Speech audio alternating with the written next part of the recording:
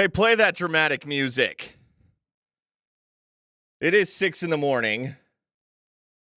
It's 6 a.m. I'm Mark Springer. I'm in for Brett today. Everyone's in for Brett nowadays.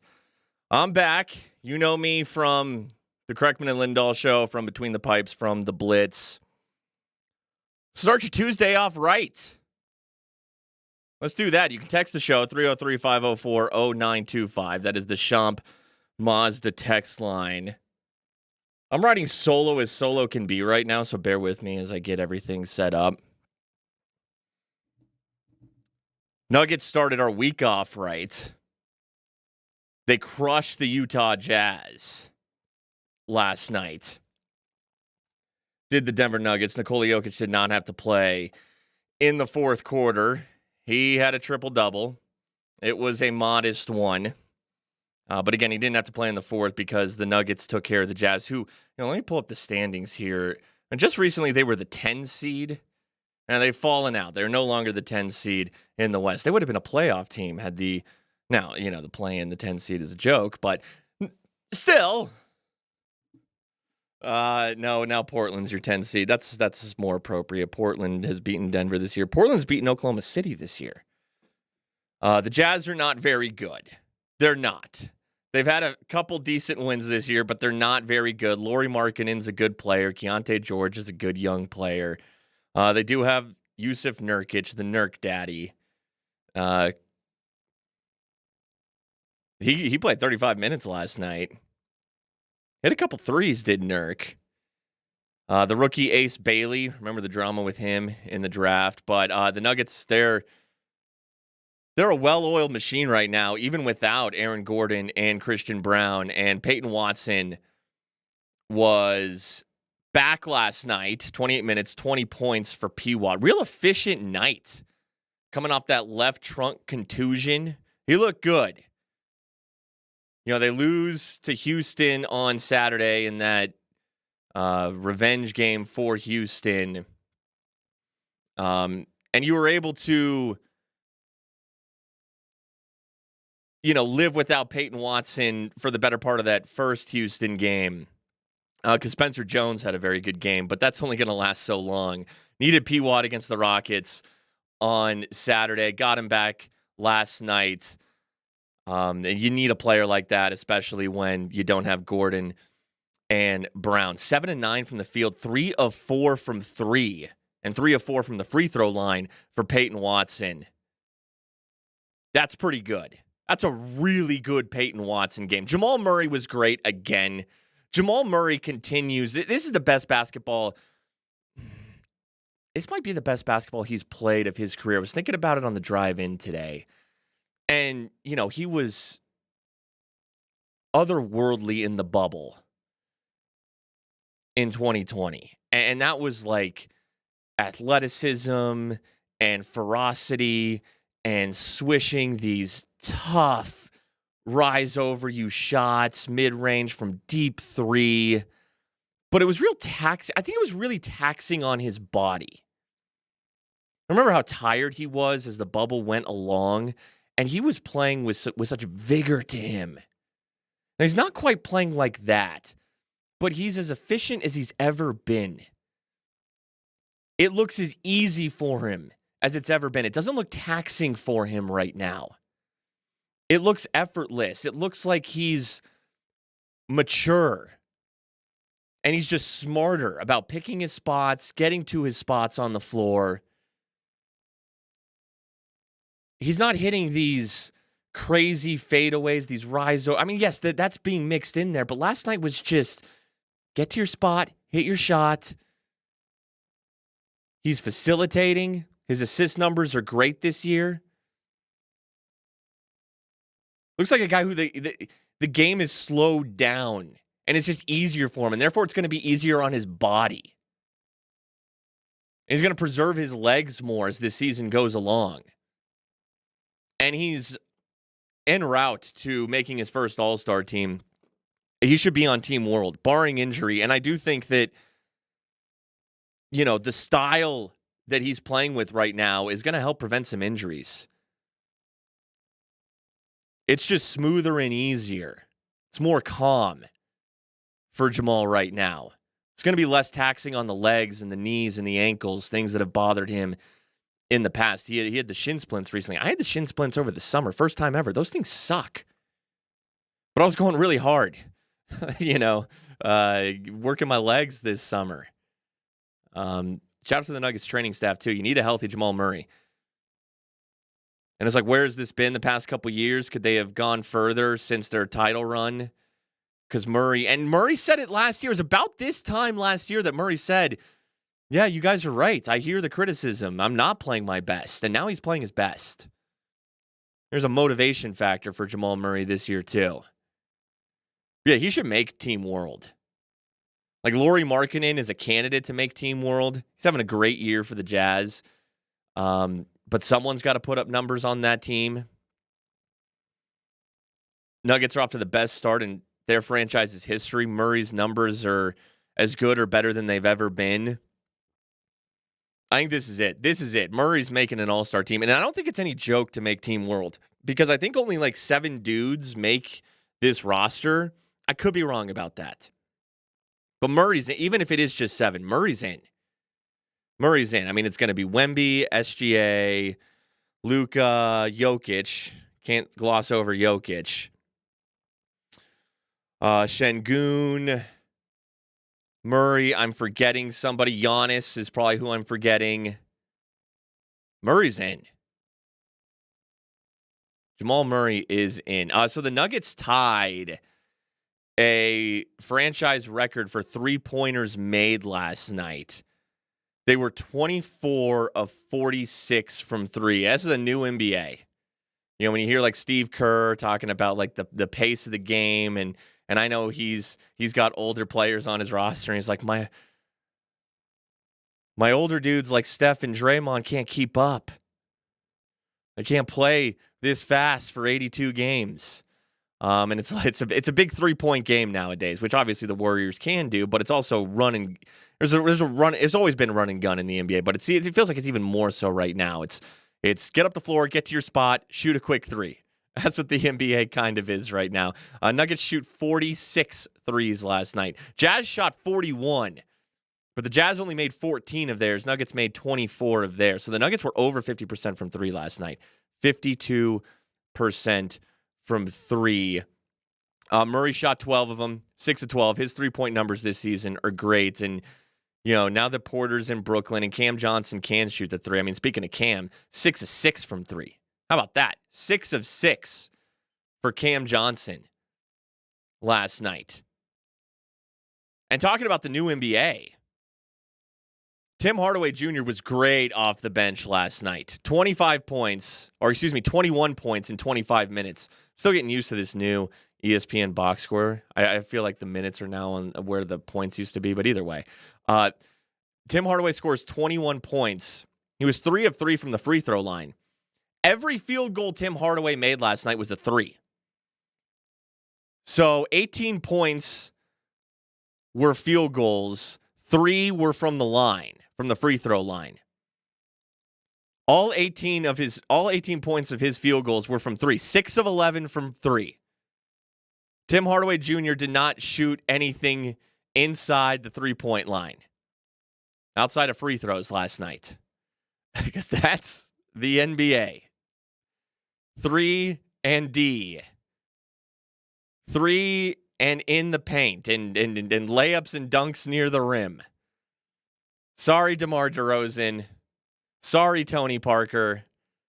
The mid-range is not an efficient jump shot.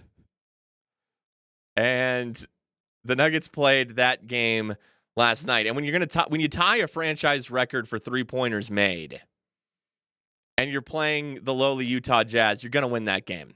That's a recipe for winning a game. So the Nuggets tie the franchise record for 3-pointers made. And, I go way back. And this isn't even even though it is kind of way back now, this was 8 years ago. A lot of us, we go even further back than that. I don't go as far back as some of you, back to the Alex English days. I was nary a twinkle in the universe's eye at that point. But I certainly do go back to February 13th of 2017. Boy, do I remember this game. And this is before anyone said anything when they were like, oh, they're approaching the single game record for 3-pointers made. I was like, it's got to be this game, right? It's got to be that game against the Warriors in 2017. And I couldn't have told you the year specifically or the day or the month specifically, but I remember the game. Nuggets went crazy from 3. Crazy.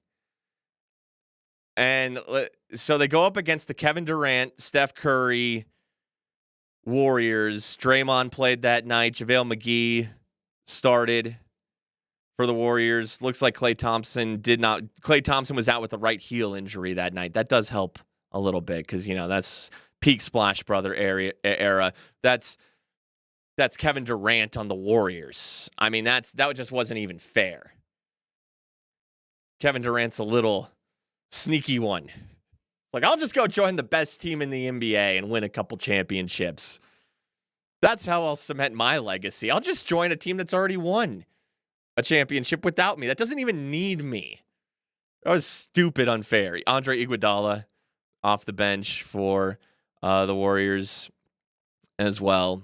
Stupid unfair, that Warriors team. But this was Jokic's first full year starting. Remember, Jokic was last week, and he got inserted into the lineup like about a week ago, 9 years ago. So he wasn't the starting center all year. So next year, 16, 17. Oh, wait, no, this was. Never mind. This was because calendar turns. So Jokic had just been named the starter. My mistake. From 16 to 17. Jokic played 36 minutes that night, 17 points. Jokic didn't shoot a single 3 in that game. Even though the Nuggets hit 24 threes, which was then the franchise record. Jokic, who we know can shoot the 3. This is baby Jokic. Just into the starting lineup a couple months ago. Again, my mistake on the timing. It's been 9 years. Jokic, 0 of 0 from 3 that night. That cracks me up. Remember, Jokic was so unselfish. And it was just like, sometimes it was like, dude, you can shoot. It's okay. You don't have to set everybody up all the time. There you go. Even though Jokic more than capable of shooting a 3, and they then set the franchise record for 3s. Jokic didn't shoot a single 3 that night. Man, I'm going to play some highlights here. But quick, some numbers. Like, what I remember about this game is Juancho Hernan Gomez. This was a Juancho game. Juancho scored 27 points with 6 of 10 from 3. You look at the box score last night, it's like Tim Hardaway was 6 of 11.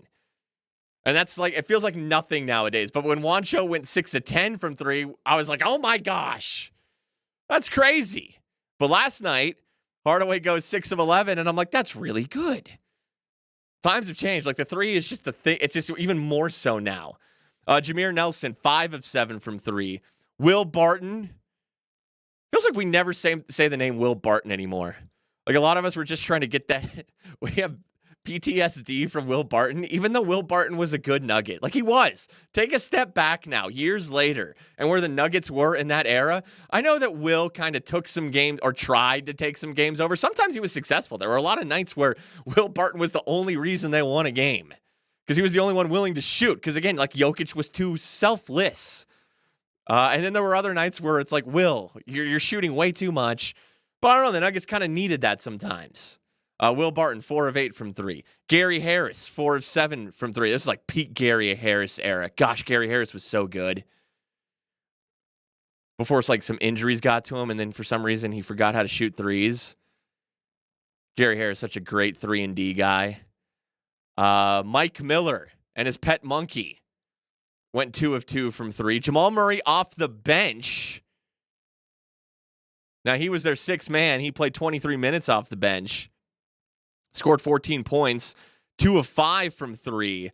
Johnny O'Brien hit a 3. He was 1 of 1. I forgot about Johnny O'Brien III. And Malik Beasley, 0 of 1 from 3. Come on, Malik. Did he have the under on 3s that night? I kid. That was also before all that stuff was legal. Okay, here we go. Because, man, just what a night it was. Chris Marlowe, Scott Hastings on the call. Here's some highlights from that game. Jokic dump it under Juancho. He dropped it. It flies to Barton, and he hits! 2 minutes remaining. Wancho for three. Got it! Keep playing smart basketball. Cross court, Harris for three. That's it! Give it to Murray. Murray being pestered, lets it fly. That's good! Out to Jameer. Wancho for three. Got it! 122-104. Wancho's having the game of his NBA career. Now Will Barton. Wancho, heat check. Got it again! Shout out to the dude who put those highlights on YouTube many, many years ago. I pulled him from that. And I'm just this. I thought for sure that in that game or in some of those or in one of those highlights, we would get Chris Marlowe saying, Wancho 3, Gotcho 3. I always loved when Chris Marlowe said, Wancho 3, Gotcho 3. Yeah, that was the Wancho game. And here we are 9 to 8 years later, and the Nuggets tie the franchise record for three-pointers in a game. They matched that Warriors game from February 2017. Hit 24 threes against the Jazz last night, and now the NBA is off tonight, and the Nuggets will play Christmas night. And the nation will watch as Nikola Jokic and the Nuggets will play the Minnesota Timberwolves, and the Nuggets do play tonight in Dallas. So back-to-back for the Nuggets tonight, and then they will host the Wolves on Christmas. All right, I'm riding solo as solo can be here. It's just me in this building as we get you set for Moser, Lombardi, and Kane coming up here at 7 a.m. I'm Mark Springer in for Chris Mitchell. When we come back, we're going to talk a little Denver Broncos. The streak finally came to an end. And now they have the Chiefs on Christmas night. And there's a big Chargers-Texans game on Saturday. All of this with implications for the AFC West. We'll talk about that next. It's 6 in the morning with Brett Kane. I'm Mark Springer. It's Altitude Sports Radio.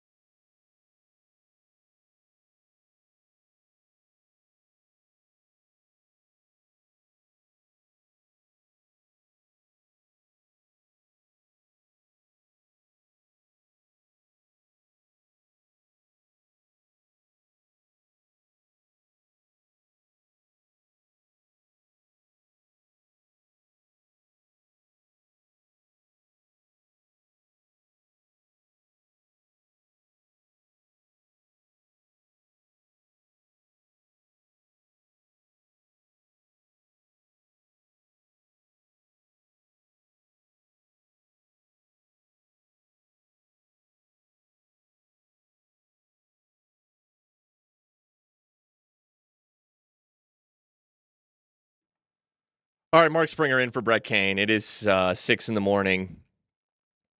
It is an Avs Ticket Tuesday.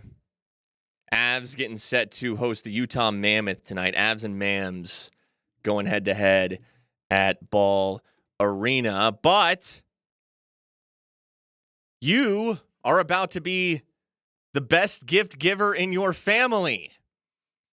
Here's your keyword on an Avs Ticket Tuesday. Text Rubberneck to 303-504-0925 with your first and last name, and you're entered for tickets to Avs Kings on the 29th. Avs Ticket Tuesdays are powered by Matthews Fine Watches and Jewelry in the Highlands Ranch Town Center and at MatthewsFineWatches.com. The keyword this hour is Rubberneck. Text it in with your first and last name, and you are entered. Avs Mams tonight. We're giving away tickets to Avs Kings on the 29th. Your keyword is Rubberneck. 303-504-0925. That's the Shop Mazda text line. We're double dipping tonight on Altitude Sports Radio. If you're looking for Cause and the Nuggets down in Dallas, head over to AM 950 with pregame powered by Ramos Law at 5:30.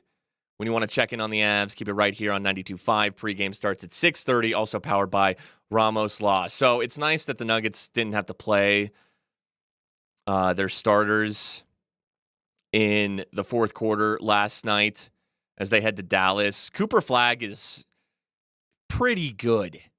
He's pretty good. Now, obviously, Dallas is mostly in shambles since the Luka trade, but let's see. Anthony Davis played in their most recent game, scored 35 points. Anthony Davis is a tricky matchup for Jokic. Nothing he can't handle, but a little tricky. So Klay Thompson played off the bench in their last game. So on the road, second night of a back-to-back. This will be an NBC Peacock game, by the way. This is on national TV. So tricky one for the Nuggets tonight. But, Dallas is, they're the 11th seed in the West. They're 8-9 at home. No, you want to get this one heading into Christmas night. But you're going to have to exert a little more energy tonight. I don't think you're going to be able to rest dudes in the fourth. If you are, hey, that's impressive. And the Nuggets are capable of doing that. But there are some tricky elements to tonight. Very easily, though, could be a Nuggets win. They could win back-to-back here and get on a new win streak after the loss to the Rockets on Saturday. And the Avs, look, they just keep rolling. Great win on Sunday in Minnesota. Now, Minnesota played the day before. They beat the Oilers the day before. A little bit of tired legs. They did get to sleep in their own beds, but still, you got to play the best team in the NHL after you played the day before. I don't care what the situation is. That is a little tough, but dominant win for the Avs, 5-1. That's what you want to do. And Minnesota's good, so that is a statement. That wasn't a squeaker. The Avs on those more tired, wild legs beat them good, and that's what you're supposed to do. And it's another statement for the Avs, who have a plus 61 goal differential and a 5-game win streak. Utah Mammoth have kind of petered down to 500 after their hot start to the season. So, you're on home ice. This is a game before Christmas Eve and Christmas. NHL's off the next 2 days. Let's have some happy Christmas dinners. All right, and I think the Avs are going to get themselves one. I expect Scott Wedgwood in net tonight because they're alternating. Blackwood started on Sunday in Minnesota. Probably a Wedgwood night here tonight. Nathan McKinnon leads the league in goals. Cale Makar had a great game on Sunday. He's the best defenseman in the league. Nate just scored. Landeskog is playing excellent right now. So an opportunity for a couple wins here on this double dipperoo tonight for our teams. Broncos back in action on Christmas night. They'll play just before the Nuggets get going on Christmas night. They're in Kansas City. They're 12.5-point favorites because Chris Oladokun is playing quarterback for the Chiefs, nobody knows who he is. If you know who Chris Olodokun is, and I'm a nerd, okay? I know so many of these dudes. I don't know who this guy is. You do probably need to touch grass if you have the outright scouting report on this guy. Maybe this is a kiss of death type situation. This guy will shock the world. I mean, he's going to have Travis Kelce. Kelce will play. But Rashee Rice, I don't know if he's playing. He didn't play against the Titans. The Titans just whooped these dudes. They don't even have Minshew. Now, Minshew avoided an ACL tear, but he's out for the rest of the year. It's someone named Chris Olodokun. This is like Brett Rippon. This is worse than Brett Rippon. We knew who Brett Rippon was. Saw him play at Boise State. This is one of the rare quarterbacks that you never heard of. This is a 7th round pick in 2022. Okay, Lance on the text line says he's a national champion quarterback from South Dakota State. Is that where Carson? I never can remember my North Dakota states and my South Dakota states. Those darn Dakotas. Like Carson Wentz and Trey Lance were one of them.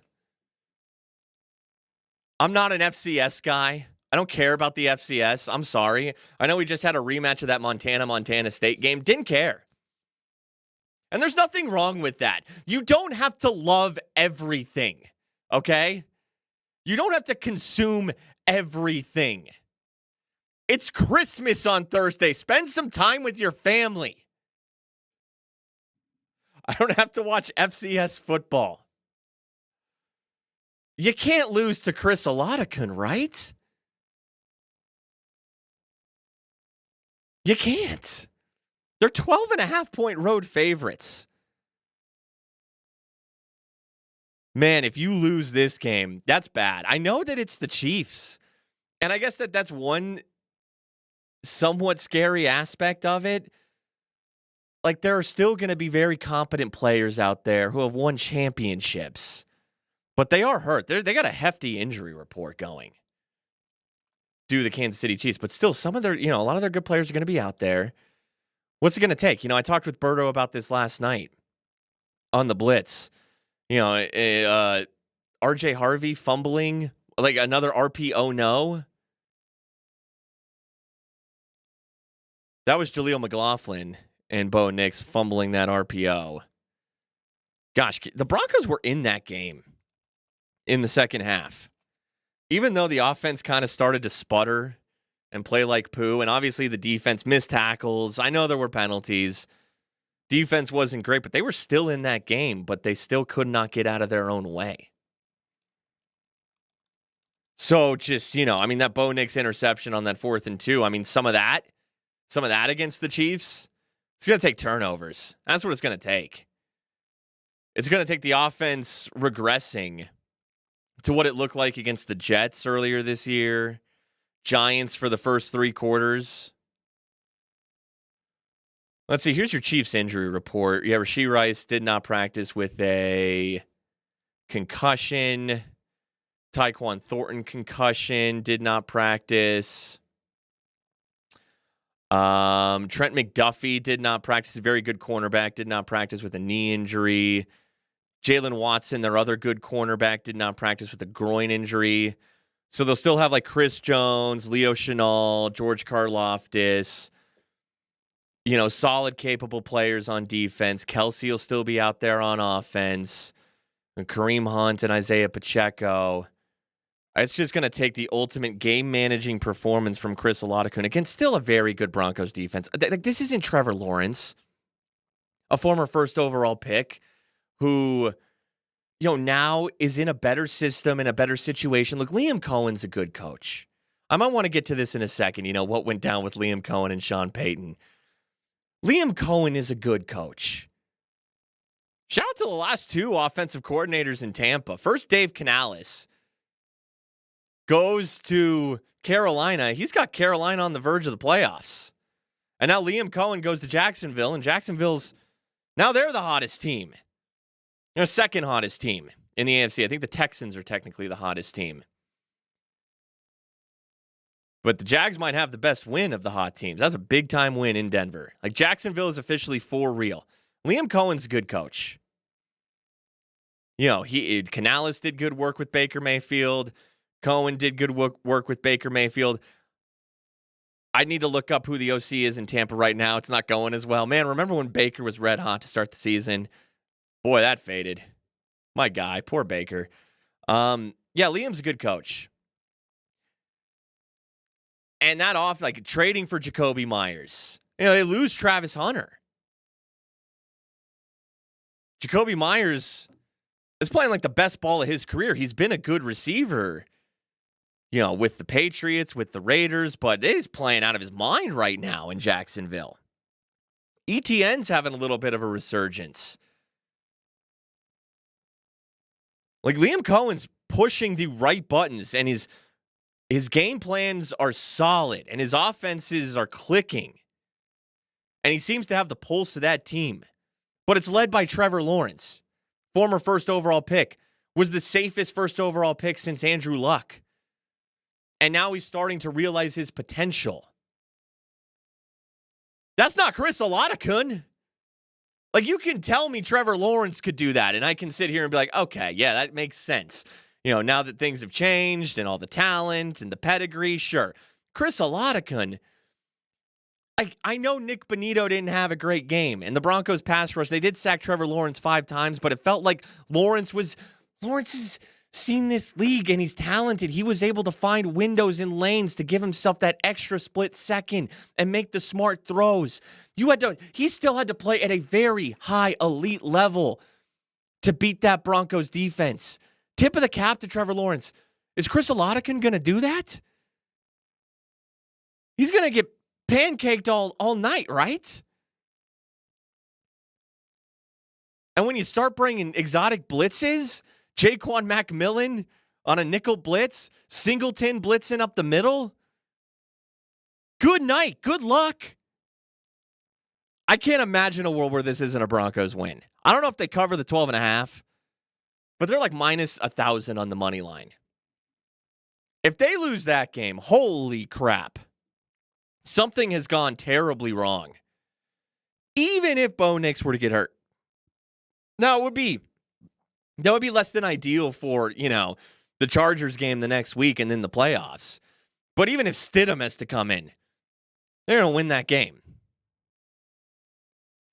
It would take Stidham getting hurt and then the Broncos' Chris Olodokun, which would be Sam Ehlinger, who is better than Chris Olodokun, right? Sam Ehlinger kind of has like some cachet in this league. Can't imagine a world where they lose this game. But will they clinch the division this weekend? In order to do that, they'll have to beat the Chiefs, which they should. And the Texans will have to beat the Chargers. This game is in SoFi. This game is in LA. Chargers are 2.5-point home favorites. Texans just barely squeaked by the Raiders. A little bit of a surprising fight from Las Vegas in Houston. It's just a 2-point win for the Texans. Chargers are on a win streak here. They've won 4 in a row, and they're doing it without their 2 tackles and Justin Herbert, you know, largely getting pummeled.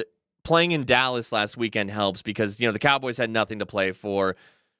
Parsons is long gone.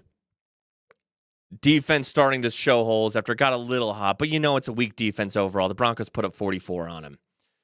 So the Chargers did get that one done, but now they're facing the Texans defense, which I've been saying, this is not a unique take. You know, the Broncos and Texans have the 2 best defenses in the league. For that matter, the Chargers, I think, are top 5 as well.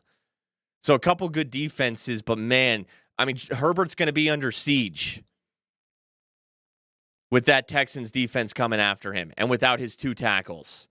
So Houston could go in there and get that win, but the Chargers do have some grit to them right now. That game could go either way. It's going to be a fascinating watch on Saturday. to see if the Week 18 game, if the final game of the season means anything or not. It very well might. And that if it does mean something, that means the Chargers will be coming off an excellent win, maybe a little bruised, and maybe as bruised and battered as he could be, because Herbert's been getting crushed, and even if they win, he's going to get crushed against that Houston defense. And that game will be at Mile High, that Chargers-Broncos game in the final week of the season. You know, it was in Week 3 in LA. Broncos lost on a walk-off field goal. So a chance for some redemption. Maybe Pat Bryant's back for that game. I don't think you need Pat Bryant to beat the Chiefs. But, you know, you'd love to have him against the Chargers if he can play. I mean, he got destroyed. I said this to Berto last night. Don't love murder balls when a game was over. You had like no timeouts left. Did not like that throw from Bo Nix. Thought Bo had a good first half. And then just faded a little in the second half. Second-year quarterback, that's going to happen. But, I mean, this is a chance. It's crazy that the Chiefs are a get-right game, but they're a get-right game for so many reasons. Struggled even when they were healthy. Down to Chris Oladokun. I mean, they're a terrible team. They really are maybe one of the worst teams in the league right now, considering where their roster's at. They just got crushed in Tennessee, who was one of the worst teams in the league. Tennessee has been ass all year long. Gotta win on Christmas night. All right, it's an Avs Ticket Tuesday. Your keyword is rubberneck. You got a few more minutes to text in rubberneck to 303-504-0925, and you are entered to win tickets to Avs Kings on the 29th. Avs Ticket Tuesdays are powered by Matthews Fine Watches and Jewelry in the Highlands Ranch Town Center and at MatthewsFineWatches.com. Again, your keyword is rubberneck. Rubberneck. Text it with your full name. Don't need your middle name unless you want to, and you are entered. All right, we'll wrap up 6 in the morning next. I'm Mark Springer in for Brett. It's Altitude Sports Radio 92.5.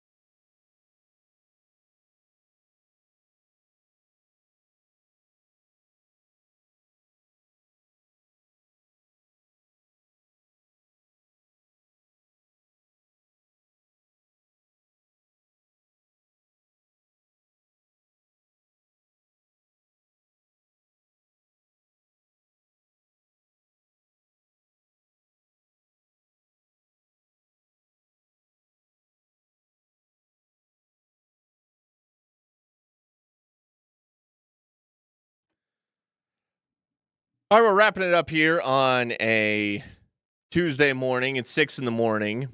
with Brett Kane. Mark Springer in for Brett. To be more specific, it is 6:47 a.m. And here, top of the hour, we'll send it off to Moser, Lombardi, and Kane. No Kane, though. It's Matt Smith in for Brett Kane. Hey, there's still time to give the perfect gift for the Denver sports fan in your life. Give the gift of streaming with an Altitude Plus gift card, perfect for new or existing subscribers. Go to altitudeplus.com/gift cards and select the option that fits your holiday budget. All right, I do want to talk. I mentioned this in the last segment about Liam Cohen using the smaller market comment from Sean Payton to motivate his team. It's so funny. Like, on Kreckman and Lindahl, the show I produce, we played this cut from Sean last week. And when he said it, we didn't think anything of it. It's kind of like, didn't what happened with the Cowboys and the Broncos this season? Someone said something during the week and didn't even think much of it. And then it turned into a huge thing. Remind me what that was on the text line. Goes to show how important it was. I can't even remember what it was, but it got everyone fired up. You're always looking for something. Someone said something, and now I'm mad. But Sean was just like complimenting the Jaguars, and then towards the end of his long answer, Sean gives long answers. Sean said this. As you look at him and you watch the tape, it's a smaller market, but you see a real good team. You see a real good team. It's a smaller market, but you see a real good team. What he was saying was that, nobody's really watching the Jaguars unless you're watching Red Zone or they're playing your local team. Because Jacksonville never, even this year when they've been better, they don't get those, they're not getting Nance and Romo. They're not getting Burkhardt and Brady. Poor Tom Brady and Gisele Bündchen. My heart breaks for Tom. He wanted to play football. He won a championship. He knew he had it in him. I digress. You're not watching the Jags. So what Sean is saying is, hey, maybe you haven't seen them much, but they're pretty good. And the reason you might not have seen them much is because it's a smaller market. And no one's putting the Jags in those windows. So Sean was just saying, hey, if you haven't been watching this team, they're pretty good. Okay, Jags go and beat the Broncos. And then I didn't even realize that this was going to be something that Jacksonville globbed onto. But Liam Cohen is celebrating with his team in the Jags locker room at Mile High, and this is what he says. So proud of you. I love you guys. The job's not even completely, even close to being done. Ain't even close. Not even close. Okay, but that's one more, man. That's 11. That's 11. All right, but we just a small market team. Thank you for the play. We just a small market team. We're just a small market team, baby. And they loved it. And then Liam Cohen said this in his press conference. A small market team like us can come into a place like Mile High and get it done. That's a thing now. Now it's a thing. I guess you just glob onto anything. Anything you can use for motivation. So yesterday, Sean Payton was asked this by Luca Evans of the Denver Post. Hey, Sean. It seemed like just kind of throughout the week, obviously Jacksonville is kind of, the underdog narrative. But it seemed like they took a little bit, Liam Cohen, of bulletin board material from the smaller market comments. Did you see that? What did you make of just kind of their attitude and response? Well, you asked me if I saw it. You heard it. You were there. What'd you think? I'm asking you about. No, you were there for the press conference. Wednesday's press conference. Basically, yours on. Yeah, my press conference, and it was very complimentary. And those guys are playing outstanding football. And so that topic came up strictly because, hey, not enough of the country has seen how good these guys are playing. So, but you were there for the press conference. So what'd you think? I mean, to me, credit. Well, the point is, though, listen, that was a good job by Liam. He's looking for a rallying cry, but obviously, if you're listening to the press conference, the intentions was strictly, hey, quietly, these guys are sitting here right near the top of the AFC, they're ready to win their division. And look, I spent 16 years in a small market, so it was just a way for a coach to take it and use it to his advantage. But you were there for the press conference. That might be my favorite Sean Payton answer of the year, actually. Because, first of all, he gets into it with a lot of these reporters. And that, I think it really is just Sean being Sean. I don't think it's anything personal. It's just Sean, he doesn't want to talk about injuries. He doesn't want to talk about, his longer verbose play calls, lengthy play calls, pace of play, playing with pace. He hates talking about that stuff. And that was Luke Evans of the Denver Post asking him that. And, he's gotten into it with Luka. And I say gotten into it. He's just, he'll just say, Evan. But there, Sean was like, he was genuinely asking Luka, like, you were at the press conference, man. Like, you knew what I meant, right? Like, Sean was looking for validation. He was like, bro, back me up. I was just saying they're a good team. They played in a smaller market. I coached in a smaller market. Like, that's what I meant, right? I thought that was very endearing of Sean, actually. Even Sean's heart has grown 3 sizes this time of year. It's like the Grinch. That was a nice comment from Sean Payton. I appreciated that. Shout out to, on the text line, 970-406. All I remember is Jonathan Cooper's comment on Jackson Dart feeling himself. That's what it was. It was the Giants. See, I forgot about that. But the Giants got all big mad. I think Jackson Dart I think his stat line against the Vikings was 7 of 13 for like 33 yards. Jonathan Cooper was right. Sean Payton was right. They're a smaller market. It's a factual statement. They're one of the smaller markets in the NFL. It's Jacksonville, Florida. Hey, whatever you got to do. The Seattle Kraken fans boo Cale Makar every time he touches the puck for something really stupid that happened a few years ago. Whatever you got to do to juice yourself up. All right, Moser, Lombardi, and Kane is next. Thanks for listening. I'm Mark Springer. I've been in for Brett Kane. We got MLK next.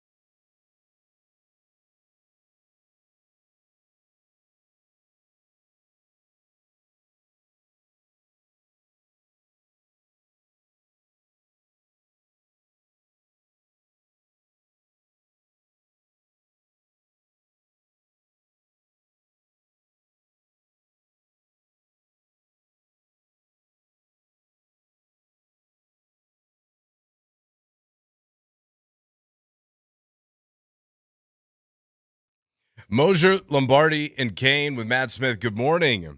Happy Tuesday. We are live from the Backus and Shaker Studios. Their passion is justice. Mark Moser, Vic Lombardi. Good morning, boys.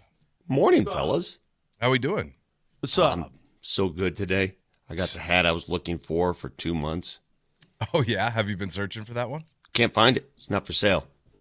Okay. Wait. You mean you don't own that hat before, but now you do? I do. Okay. I thought you meant it was like in the back of your closet and you couldn't find it for a few months. But you're saying that you got the special hookup with this Notre Dame hat you're wearing. Well, I'm a hat guy. It's bigger than that. I'm a hat guy. I must own about 60 hats. Moj, I know you're a hat guy, too. You gave a bunch away. Well, I didn't want to. What is it with golfers and hats? Vic, I was ordered to. Yeah, me too. I'm at that point, Do you too. understand? I was ordered, trim down your hat collection or you're going to get trimmed down. I'm at that point. I'm at the hat collection. I see. I know that you own a lot of hats. Matt, I've never seen your hair. Well, that's not true. Every time I take my hat off, you guys are like, well, your hair looks fake. And so I'm like, I have to wear a hat because clearly it's disturbing Mark and Vic. And while I'm a guest in their space, you know, it's like you don't want to go to somebody's house and they're like, can you take your shoes off? And you're like, no. Wow. No, I'm not going to do that. I'm actually just going to walk my dirty shoes all through your living room. See, this is these are the type of manners I have. So what I expect you to say is thank you.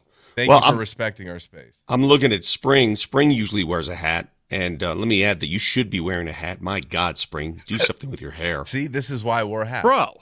This is why I wore a hat. I'm growing up, man. That's a new me. A couple years ago, this guy looked like Jesus Christ, and now it's personal growth. Mature, is what you're saying, Vic. All right. Welcome to adulthood, my friend. It's weird. I don't like it. We've got a ton to get to this morning. We will empty the notebook on the Jags and quickly turn the page to the Chiefs as the Broncos, coming off a short week, Christmas night in Kansas City against Chris Olodokun. I know we all have that one circled right on our schedule. Although, to be honest with you, you good? You good? My wife's been sick for about 2 weeks. Okay. I think that I'm starting to get the, what do you call it? You're fighting it. Mm-hmm. You're fighting it. Yeah. Huh? Good. It's going around. My brother's entire family has it. Flu. Good. Wonderful. Wonderful. I coughed on the way in and look at my eyeballs. They get watery.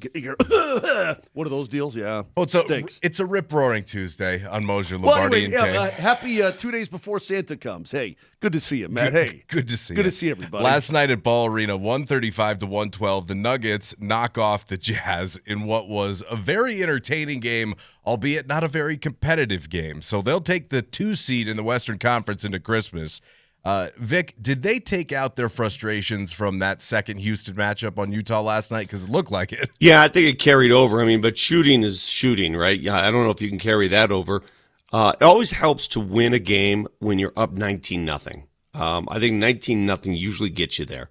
But the way they came out of the gate, just shooting, and Utah wasn't making, it was a rare just laugher from the get-go. I can't remember, guys. And Nuggets fans, season ticket holders, people who've watched I can't remember the last Nuggets laugher that was over in the first quarter.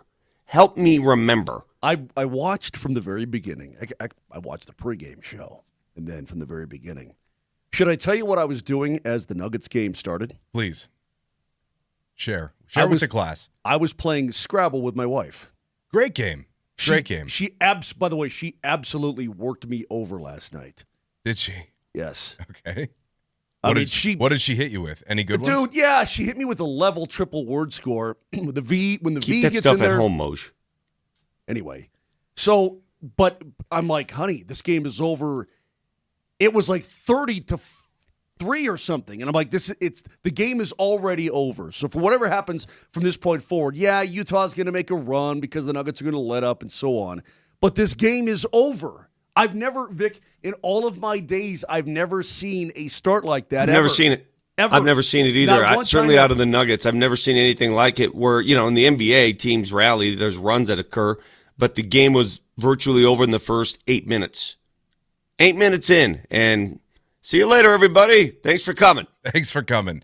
Before the game, Nikola Jokic was awarded his Player of the Week trophy, which I didn't realize there's a trophy for that.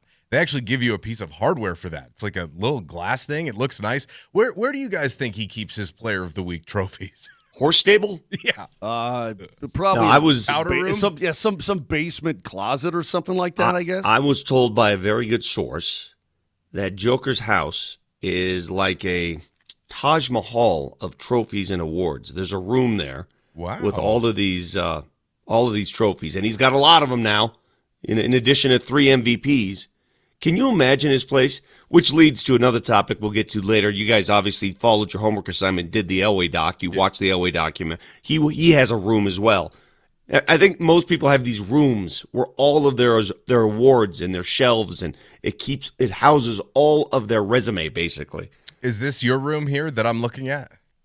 No, there's not enough room here. Oh, there's not enough room? Do you have a whole separate wing? Yeah, we have a wing. I got you. The king of chicken wing? Can you imagine how many trophies that was a good and how many awards? Pretty good. That was pretty good. I thought that was pretty. And how many honors Nikola Jokic has floating around? Like, what do you do with them? That's what I'm saying. It's like, here's your random Player of the Week award from middle December 2025. Like, this guy's got 3 MVPs. I mean, I was just yeah, chuckling. I didn't realize that they because the NHL does not do that. They No. have Players of the Week one. I think you get like a certificate. $10 gift card to Chipotle. I think they put it in your locker. Do you get anything for like star of the month, first star, second star? Maybe a certificate. I don't know what you get, but there's no ceremony. There's no. You get like an actual gold star. That's right. Maybe, but you don't line up on the ice and they come out and you hold a trophy and they take a picture of it. I mean, the NBA sure loves to award itself some crap, don't they? You get to take a puck home, but they just tape it on the outside like they do for your first goal. Exactly. Player of the Week. I've never seen a league that loves to award itself stuff more than the NBA. Mm-hmm. Can I ask you guys something? Absolutely. As long as we're at this point right now, because everybody has an answer to this. There's an answer. Every single person driving around, you can answer this. What is your most cherished award? Oh, good question. You guys probably have some good ones. I mean, I know you do. The one. Vic. If you're leaving the house and there's an emergency, you have one award that you could take with you. What would it be? No, you guys first. I brought up the question. I mean, you're assuming that we have awards. My little world's #1 dad cup. John Elway will join us at 8:25 this morning. Awesome. Fantastic. Big John. I can't wait to talk about the doc with Big John. Good get, Vic. That'll be awesome. Back to the game. Peyton Watson returned last night. And I'll do you want my answer on my award right now? Yeah. Oh, God. I haven't gotten any awards in a long time. I'll just tell you that much. Well, some I'll high tell you school awards. How about a high five from me? Well, no, because you're just telling me that you came in here a that's little right, yeah. gross, a little Now, icky. how about a high five? I really don't want to touch you, to be honest with you. Vic, I'm trying to think. You've got like what's yours, Vic? You got the he's silver, got like whatever? 30. He's got the silver circle was pretty damn cool. There's only one award that means the We most to threw me. you a surprise party, and that's no big deal. No, there's one award. What a jerk! It is a plaque from my son's 8th grade basketball team that won the Gold Crown Championship out of nowhere and upset everybody to do it. And I was an assistant coach on that team. Nothing I did particularly, but it was a group effort. And the stories we have and the route we took to win it, and it means more. I'm getting emotional thinking about it, to be honest with you. That means more to me than anything. You guys are laughing. I'm serious. You're good.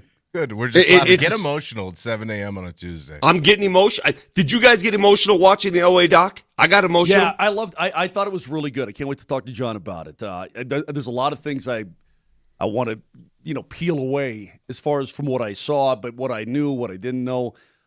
Vic, as far as my award, I don't know. The Emmys stopped awarding best play-by-play. That's ridiculous. Yeah, so I won the last one. Oh, well, that's good cool. for you, dude. Okay, You deserve it. Yeah, that was. You deserve it. Yeah, some years ago. So I won They stopped awarding best play-by-play, so I won the last one. They won't, I guess, do those anymore. That was pretty special for me. But I don't know that I'd save it in a fire. I mean, I'd rather save my wife and my dogs first. I did such a great job with the school newspaper senior year. They gave me an Excellence in Journalism award through the local paper. So how about that? Is that the one? That's pretty good. That's Seriously, pretty is that the one? I don't know, man. I mean, I've got a couple basketball tournament coaching wins. I don't know. I don't really think about it. It's not about the accolades for me. You have to understand, I'm a very humble guy. Yeah, Great. Chris, Yeah. Chris, what kind of nerd award did you win that makes you cry? I got 0 championships, man. I got no rings. Oh, I got no 7 banners. beer league softball titles. Does that count? I mean, yeah, it anything counts. Yeah, it counts. Okay. Yeah, All you're right. I mean, well, let's talk I didn't about even bring up my DAC Rec League championships. Okay. Bring them up. How All right, many? No, How many, we're, Vic? we're done with that crap. I don't even remotely want to hear about that. But listen, Nuggets get right back on track last night. I thought Sean Payton had some very interesting things to say yesterday. Yeah, he did. We're going to get to those coming up here at about 7:20. Peyton Watson came back last night, though, Vic. He missed 2 2/3 of the last 3 games, I guess you could say. And you could see how his presence was felt. I thought so. I mean, he made big shots early, knocking down his open looks, which is a huge sign of growth, right, in his own development process. As you said, they got out to a 19-0 lead, which was the longest scoreless run to start a game in franchise history. It ended up 33-5 was the run in the first quarter. They blew them out. I mean, the game was over before it started. I thought Utah would have a little something because they could score the ball this year, but my God. You know what I felt like last night? Because pregame, all I was doing was saying, watch out, this Utah team, Markkanen is back. He's healthy. Keontae George has got the same exact numbers as Jamal Murray. This team is taking a bunch of really good teams to overtime. Watch out, they can bite you.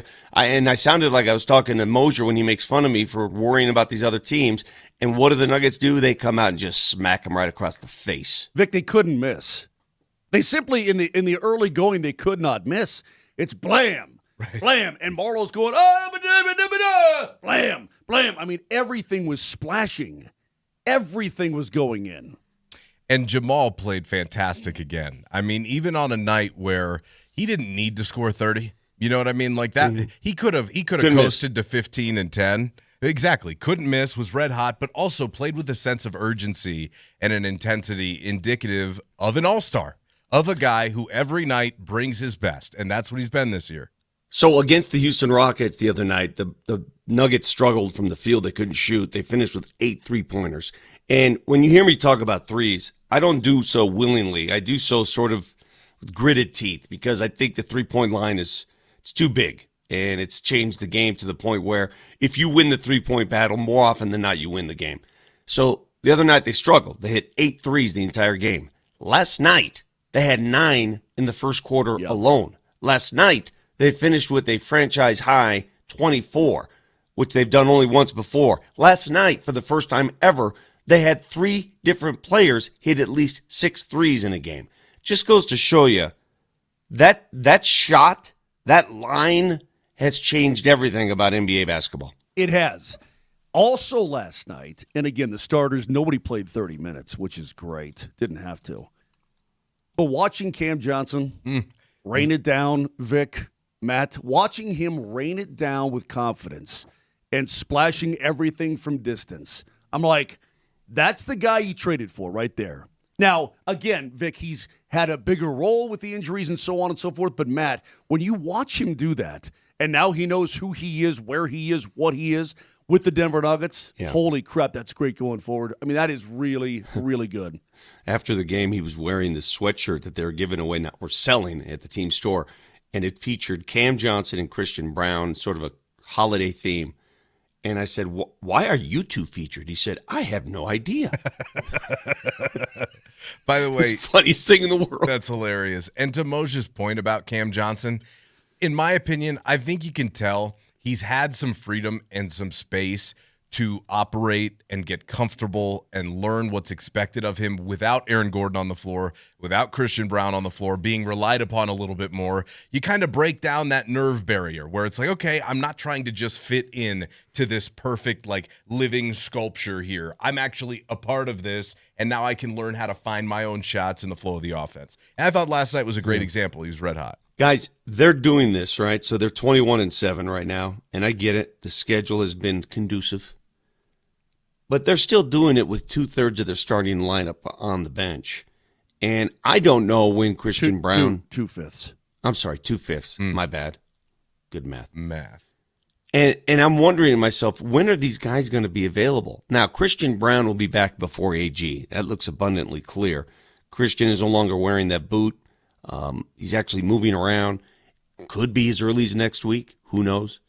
But this week, they're not going to have him. And this week, the next 2 games, you got Dallas tonight and then the Christmas night game against Minnesota. They're going to be shorthanded against Minnesota. And I don't like losing in Minnesota, ever. It's going to be a tough game, tough matchup. Shorthanded without 2 of their best defensive players. Yeah, I'm looking forward to it, though. It's going to be fun. It should be fun either way. And look, they play tonight in Dallas. It's no rest for the wicked. Back-to-back, they go down to Texas, and we'll see what they have tonight. We'll break that game down a little bit later, as well as continue to get into last night. A fascinating number, a statistic off the Nuggets bench that we have not seen in years. I'll share with you later. On the other side, though, Mose brought it up before. Sean Payton spoke on his weekly Zoom presser, and, well, the day after a loss, you can imagine that coach was a little testy. We'll hear what Spicy Sean had to say next. And John Elway at 8:25. Mark Elway. it down. Mark Tell it your down. friend. Write it down. Al2 Sports Radio, 925.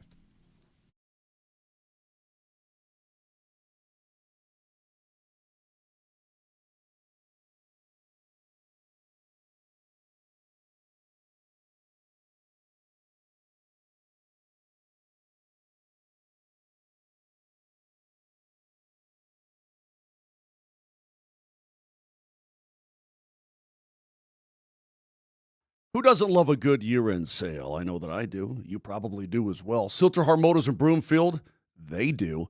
It's Moser right now at Silterhar. Get ready for this. 0% financing for 60 months on all new Ford models. That's all, including the awesome best-selling Ford F-150 and Super Duties, and commercial tax credits also apply. It's a steal. You can lease a brand-new Lincoln Nautilus for just $599 a month. Plus, Silterhar has hundreds of certified pre-owns to choose from right there on the lot. So shop online right now. Save big on the year-end sale at sthmotors.com. Again, sthmotors.com. Silterhar. Everything you want out of a dealership.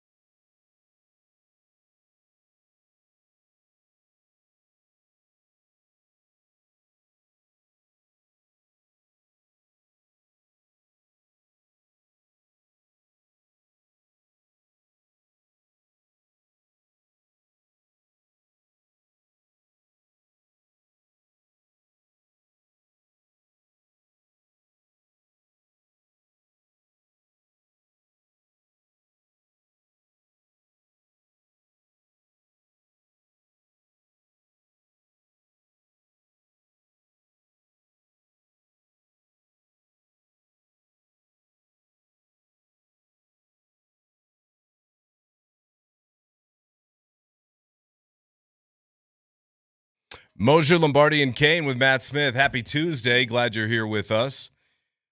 Big show today. Coming up at 8:25, we're going to talk to the Duke of Denver himself, John Elway. New documentary released on Netflix through Omaha Productions yesterday.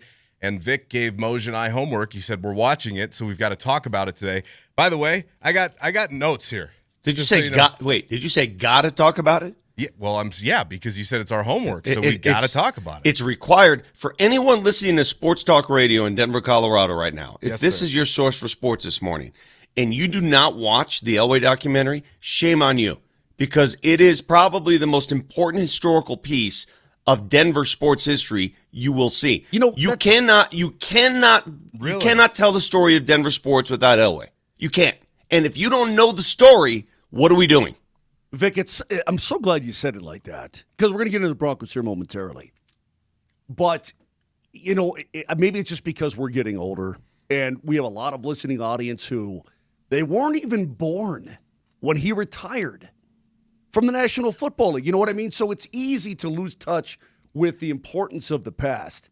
But if you watch this, I think it'll give an awesome perspective, not only on what John meant to Denver, but also how this town has grown up over the last 42 years. Yeah, it's an historical piece. Pretty incredible. On the community and the city and the adversity that all the minefields that they had. Listen, man, the 80s and 90s, losing all those Super Bowls and losing a lot of big games, it wears on you as a fan base. By the way, I'd love to see Old Mile High in those earlier clips. That's pretty cool. It just brings back all these memories of that joint.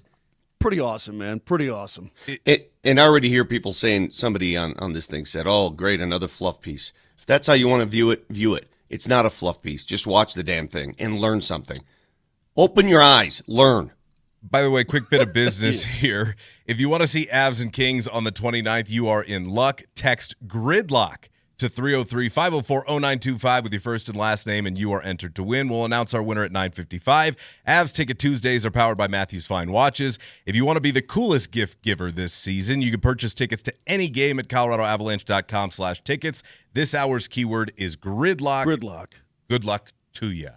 So, yes, we're going to get into that Elway doc because, as I said, it's going to be interesting, actually, because obviously you two have the life experience to have seen it all live. But I caught, the back half of John's journey. And certainly, coming over from Chicago, it wasn't like I wasn't born into it. So there were some parts of it that I certainly knew, and there were other parts that were new to me. So it'll be interesting to get your takeaways from that for sure. Chime in throughout the course of the morning on the Shop Mazda text line, one price, one person, 1 hour. 303-504-0925. I do want to talk a little bit of Broncos and empty the notebook on Broncos and Jags because, guys, we got to turn the page, and we got to do it quickly as the Broncos do to Kansas City in, 48 hours, less than 48 hours at this point. I mean, it's ridiculous. We just watched them play the Jags. Were there any other remaining takeaways before we get to what Sean talked about yesterday? Dre Greenlaw, another injury. And if he does have a hamstring, you wonder if he's going to play until the playoffs at this point. It's a hamstring, boys. Yeah, you see what's going on right now with Aaron Gordon. Yeah. That was severe. Don't get me wrong. That was severe. I don't know how severe it is, but I went and watched the video again of him pulling up. Matt, you've seen that, right? Where he's pursuing to the sideline and then he pulls up and hops off like this. Boom, boom, boom, boom, boom. I'm like, that looks like when you go back and just watch his body language, it looked pretty significant just from the body language. It didn't look like it was a nothing or like, I'll be fine. Let me arrest it for a couple days or a week or whatever.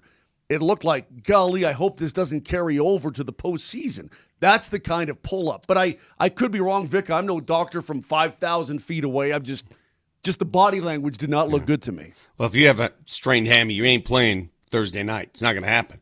Well, the good news on that, though, in the injury report that was released yesterday, even though the Broncos did not practice yesterday, was they would have expected Justin Sternad to have been a full go, which is a big deal because he was banged up against Jacksonville. That would be huge. If Greenlaw has to miss time, at least you get Sternad back because otherwise they're a little thin there at inside linebacker. Yeah, and what is going on, and obviously I did not partake in that press conference with Coach Payton. What is going on with the mysterious Drew Sanders? Yeah, I have no idea. We asked Legwald about it last week, and Leggy said, he had no clue. So, I mean, I think they've just kind of written him off, is kind of what it sounds like to me. A couple of other notes here, and I know yesterday we were just trying to digest it, and we all spoke, hey, we were just trying to digest it. You can't spit it out. You have to swallow it. That's right, the truth. Sean. Yeah, okay. That's right. All right. But the other thing I wanted to mention was that 19 of the last 21 Super Bowl winners had a December or January regular season loss. Okay? And every time the Broncos won a Super Bowl, they lost their third to last regular season game. So, what are we even worried about? What are we even worried about? You were texting yesterday. Yeah. And I thought to myself, Vic, this is what I thought to myself. Mm-hmm. I said, Self, Matt is a numbers geek. Now, sometimes you overwhelm me with numbers that I'm like, these are just numbers. Now, sometimes you give me the numbers. I'm like, these are numbers. Give me them numbers. And that's one of them right there. Hey, you take it easy because that's a juicy number. It is a juicy one. This is why I just felt like, and again, I have no rhyme nor reason for it. Winning is way better than losing. Everything you guys have said about my little wants and needs is true. Everything you've said. But man, I wanted a loss bad. I just wanted some. I didn't want that one. I wanted it to be the last game of the season when it meant jack squat, but I wanted something. Now, refocus, because all I've heard out of Sean Payton, and I'm sure we have the clip right over there, they realized that they got worked, Vic. It wasn't smoke and mirrors. It wasn't, hey, we got jobbed by the refs. It wasn't any of that. They realized, you know what? We got beat by a better team that day. Period. End of story. And the ability to refocus immediately, to me, this could be very beneficial to this football team. Well, here's what's at the heart of that game, and I'll ask you too. If you replayed that game, could you see different results? Nope. I could. No. What do you mean? What do you mean by that? You got beat by a better team that day.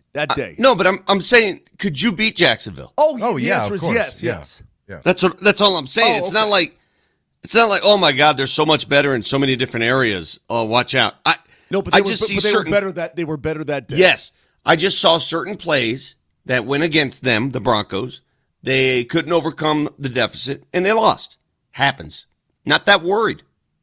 I don't know if it's just a foolhardy approach to this, but I'm not that worried over the loss at all. I don't know that anybody really is, but I will tell you, I think they exposed a few areas, and considering the fact that the Broncos have allowed 26 or more points in, 3 games since the bye week now, basically? I mean, do I have that wrong? No, it's not been good. Third down defense has not been good. Third down defense. When the quarterback drops back, you're holding your breath, and that should not be the case. When the quarterback drops back, what used to be, wow, this quarterback's going to get sacked. This quarterback's going to get hurt. You're not thinking that anymore. Instead, you're thinking, oh, geez, ball's up in the air. Oh, is this going to be a PI? That's what you're thinking. That's not, you don't want to think that. Yeah, it's 3 of 4 games since the bye week, allowing 26 or more points, and there's some clear signs and notes about defensive regression, and I do want to talk about it coming up a little bit later in the show because I think it's important to discuss. I don't know why. Well, I do know why. I am so unconcerned about Christmas night. As to not even just. I am so unconcerned. You know what the over/under in this football game is? I actually don't. What is that? 36. Yeah. I mean, they don't expect Kansas City to make their way across the 50 all that Vic, often. I'll give you a brand new 50 spot if you can tell me who the backup quarterback is going to be for Kansas City this week. Have they named one? I don't even have that answer. I just looked at the depth chart on who's that? I didn't know they named a backup quarterback. I didn't know they had one. Yeah, now I know who that is. Yeah, I don't know who that is. Who is that? Give me a team. Give me a college. I'll give you the college. Texas. Yeah. Well, no, he didn't go to Texas. The college is in Texas, but that's not going to help. He went to SMU. What? No, he definitely played at Texas. It says SMU here. He might have graduated from SMU, but I don't know who it is. Who is it? Shane Buchaley. Yeah, he played Shane Buchaley? Buchaley? Yes. Bushell? Yes. Bushell. Bushwali. Bushwila. Shane Bushwale. Shlola Shlwal. That guy. Who the hell's that guy? He played at Texas. That's what I was trying to tell you. He did? Yes. Yeah. He played with Peter Gardere. There's a blast from the Do you remember that name? Oh, dude, I covered Pete Gardere. He was the punter for the gold miners. Yeah, he was a quarterback at Texas Yeah. and went on to become a punter. Great baseball player. Yeah, he was a good dude, too. I remember that guy. You know what else I thought watching this game? And I understand the Broncos lost. Man, thank God R.J. Harvey was healthy. Unfortunately, the Broncos only ran the ball 12 times between McLaughlin and Harvey. Well, they were playing catch-up. I understand why the running totals were down because, you're down 17. You got to throw the ball. Well, you didn't get – when did you get down 17? Well, I get it. They should have run it more early. But late, you got to throw the ball to get back in the game. Well, yeah, I understand that. But you're telling me up until – they got down what, end of the third quarter by 17? Or was that into the fourth at that stage? I mean, you can't run the ball more than 12 times. They're reeling off 7+ per carry between both the guys. Yeah. And so I just think it's interesting. And I think the point remains the same, that without R.J. Harvey, my concerns for what they can do offensively grow exponentially. And that was, I don't know about you guys, but it felt very visceral to me watching him run against Jacksonville. Like, man, they almost didn't have him for this game, or at least he was nicked up coming into this thing. Yeah. If for some reason they lose him, that's all on Jaleel and Tyler Bidet. And I don't feel good about that. And I think one of the things that we have to figure out is whether or not we all feel comfortable enough with Denver's offense if their defense does regress. Like, if they don't have a Super Bowl winning, would you say, let me just put it this way. Let me go back. Since the bye week, over the last 4 weeks, they've allowed on average just under 26 points per game in 4 games. Is that a Super Bowl winning defense? It depends on what your offense is doing. I see where you're going with this, but this is a real iffy type of situation because we've seen the Broncos offense put up numbers. Sure. Now, again, that 44 against Dallas was against one of the worst defenses in the league. Can we agree about that? Yeah, and you're referencing something that happened a couple of months ago, too. That is correct. You're asking me, against a pretty damn good defense, can the Broncos offense lead the way to victory, play from ahead? Mm-hmm. I don't know that they can right now. That's a more prove-it-to-me type of mode. If the defense regresses even more, I'm going to be concerned. That's a fact. Yeah, if you're going to have that many holes in your defense, you better counter by having some big play mechanism on offense. Exactly and right. That's the only way to do it. The defense has certainly taken a few steps back, and that's why that's a reminder. And you're playing a great quarterback, and Lawrence proved to be one. You better figure this out. Third downs scare me. That's the down. Third and anything. When the Broncos lost to Pittsburgh in the 2005 AFC title game, do you remember? Third down. Every time Big Ben got to the line of scrimmage on third down, he found a way. Get off the field, man. Somebody on the Shop Mazda text line says it was 7+ per carry for Harvey because of the long run. Take that away, it's something like 13 yards on 7 carries. Not good. You're right, not good, but also not much of an opportunity to build a rhythm in the running game either. But you understand why he wasn't running in the fourth quarter. Of course. Okay. Yeah, that's all I'm saying. Yeah. I get it. Maybe establish that more earlier in the game. Keep pounding it, even if you don't get anywhere. That's all I was saying. I mean, it takes some time. You're going to have a real opportunity in 2 nights. A real opportunity to establish that running game if you want to. Oh, I agree with you. I think, in fact, it needs to be a priority. But and maybe not in on Christmas in Kansas City, but I'm watching Justin Herbert. I'm watching Trevor Lawrence. Those guys do more with their legs than Bo does, and Bo is just as capable as both of those guys. With the Broncos lacking for real punch in the running game, I really think that come playoff time, okay, you don't want to do it in the regular season. We've been preaching this, though, Matt. I understand. I understand. Matt. Yes. We've been preaching this. Yeah. Why ain't we seeing more of it? It's a great question. I'm not sure. I think it's because Sean's worried about getting Bo hurt, because if Bo's hurt, there goes the farm. But I just don't think you can operate based out of fear. Look at what Justin Herbert's doing. He's got one hand, and he's playing some damn good football right now. You know what that hand looks like, Vic? When you said, what did you first call it when he put that thing on his hand? Oh, moonstruck. What? Grab me the big knife. Chrissy, give me the big knife. No, but he looks like, you ever see Mickey Mouse's hands? Like the big white glove thing. That's what it looked. He looked like he's got a Mickey Mouse hand. Well, you remember Moonstruck, the Nick Cage and Moonstruck? Mickey. Yeah. With the it was fake awesome. hand. The point was I think there is some more room I lost to my grow. hand. I lost my bride. Johnny got his hand. Johnny has his bride. So good. So It's a great movie. Man. It's a great movie. Why do I like that movie so much, Vic? Great actors. Why do I like Nick Cage in that so much? Great acting. I reckon. It was great. They just don't make them like that anymore. That's why. So, look, I think they have options. I don't feel very confident. And to wrap up the point I was trying to make is I was sitting there actually laying in bed last night thinking about it. And I was like, man, if they don't have a Super Bowl caliber winning defense, I certainly don't trust the offense to go win them a Super Bowl. They've had some good moments, but they got to tighten this thing up, man, because you've got to have one side of the ball, one unit that is elite. And the Broncos defense throughout the majority of the season has been elite. They were not elite in the red zone against Jacksonville, and you got to be elite against good teams. It's not just against bad teams. You can bend, don't break, but you do need the complementary football. And if you're not going to have much of a running game, where does that leave you? So, look, we're going to overthink things as we get closer and closer towards the playoffs. But there are some concerns I have, and I would like to see those remedied here. And you mentioned, Moj, Christmas night, great opportunity to get the run game going. Hey, Christmas night, great opportunity to get some confidence back for this defense going against Chris Olodokun in his second, his first career start. You should be concerned, but please don't do this if you're a Broncos fan. Let's say they go Thursday night and they hold the Chiefs to 6 points. Remember who you're playing. Right. Yeah. Remember who you're playing. That's all. Sure. Remember who you're playing. Remember the opposing quarterback, because the following week you got a real quarterback coming to town, and it's a different story. Yep.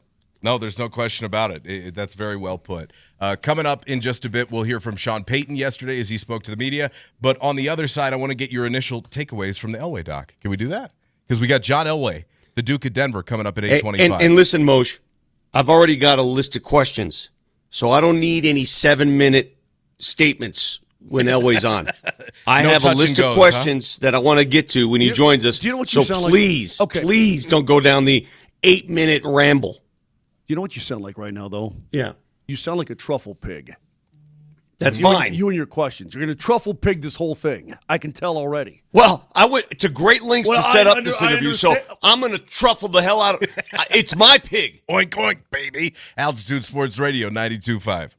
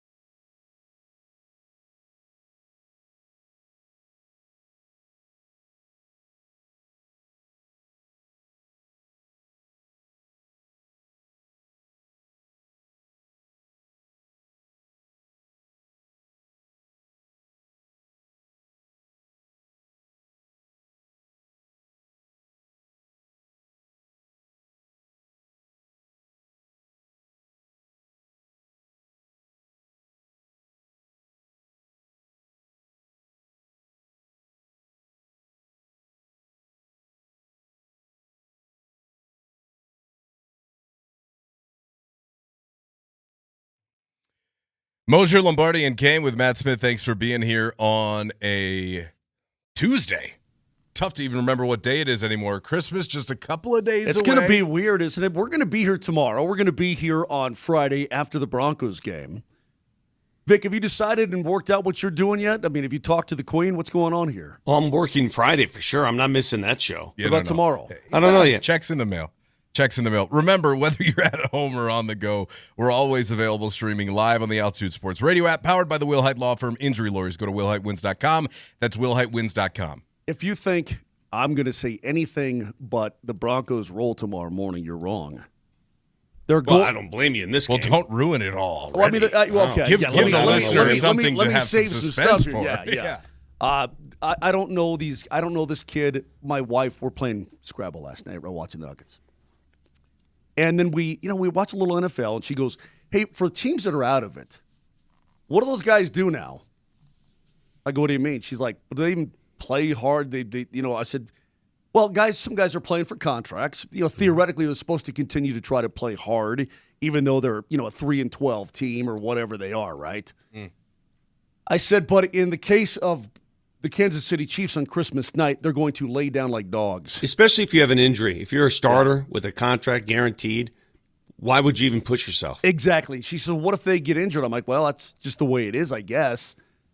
She's like, "But they're out of it. They got nothing to play for." I said, "Yeah, that's kind of the way it goes. So you get these crap games at the end of the season." So last night, Vic gave us homework because on Netflix, the brand new John Elway documentary dropped. Of course, made by Omaha Productions, and very, very special treat for us and for all of our listeners. Coming up at 8:25, John Elway, the Duke of Denver himself, will join us. So very much looking forward to that. All right, guys, takeaways. I mean, look, I'm going to defer to you. I've got a bunch of my own, but I assume yours will be at least more prescient.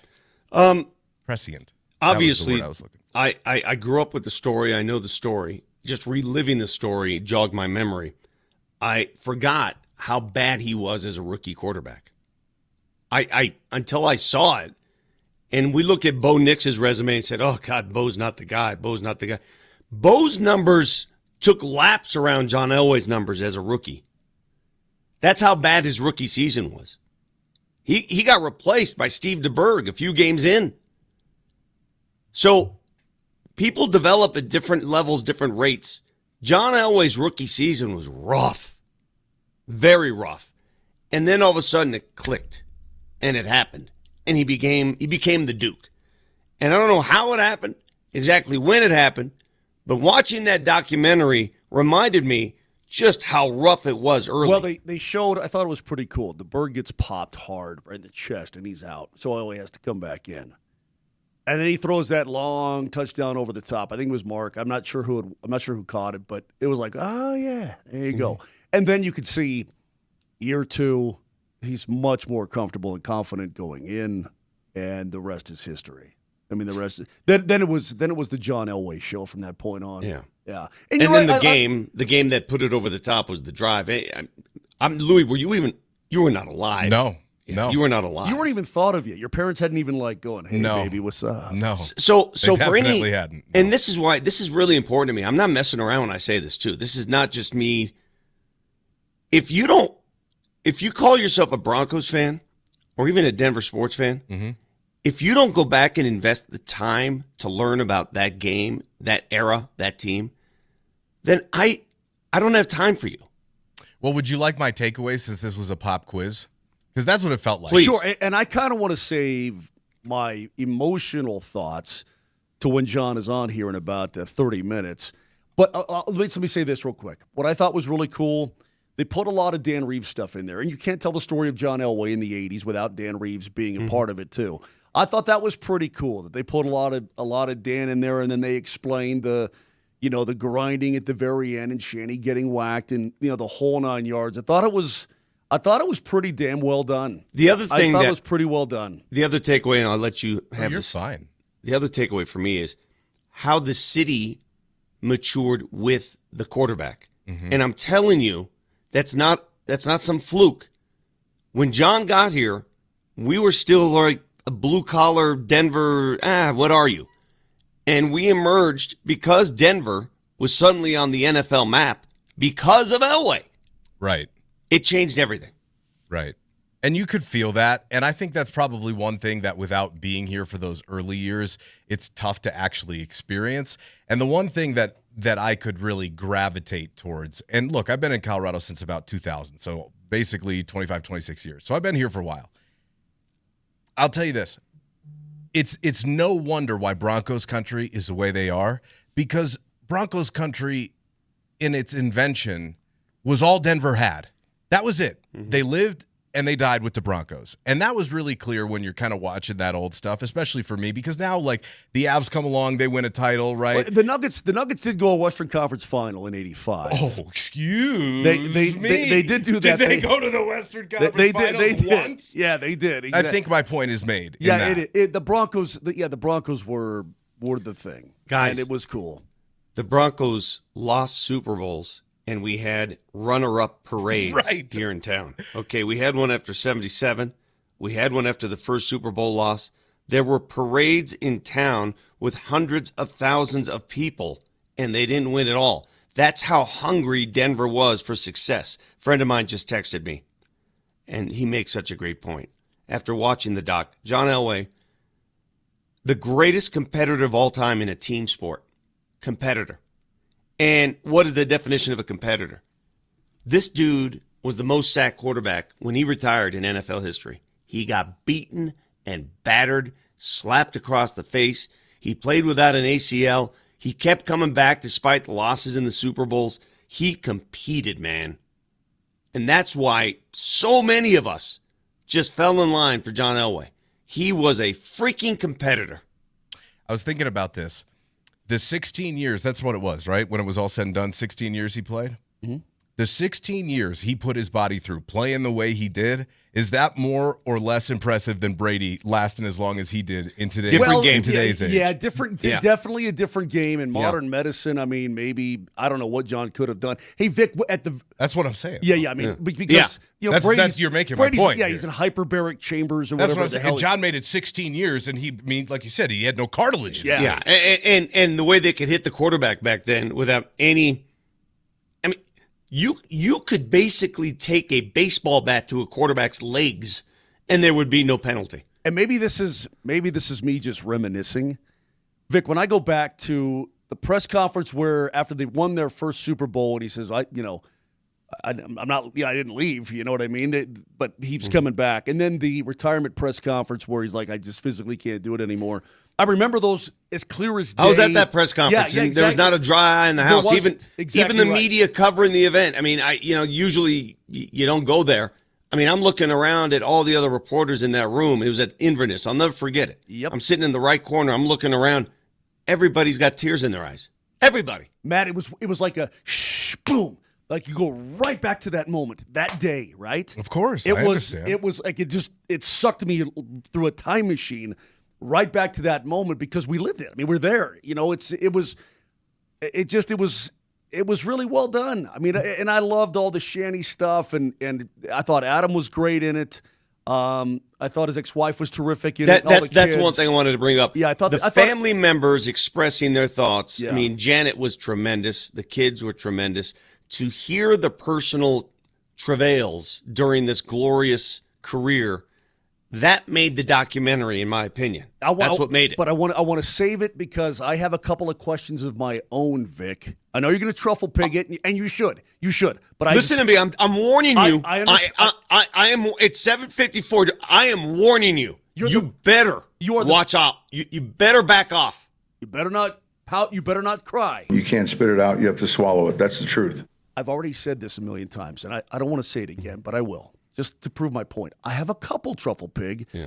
The truffle pig is the best interviewer I think I've ever seen in my life. Roy Firestone was really good back in the day. You don't have to do that. I'm just okay. I'm just saying you're going to get yours. Trust me.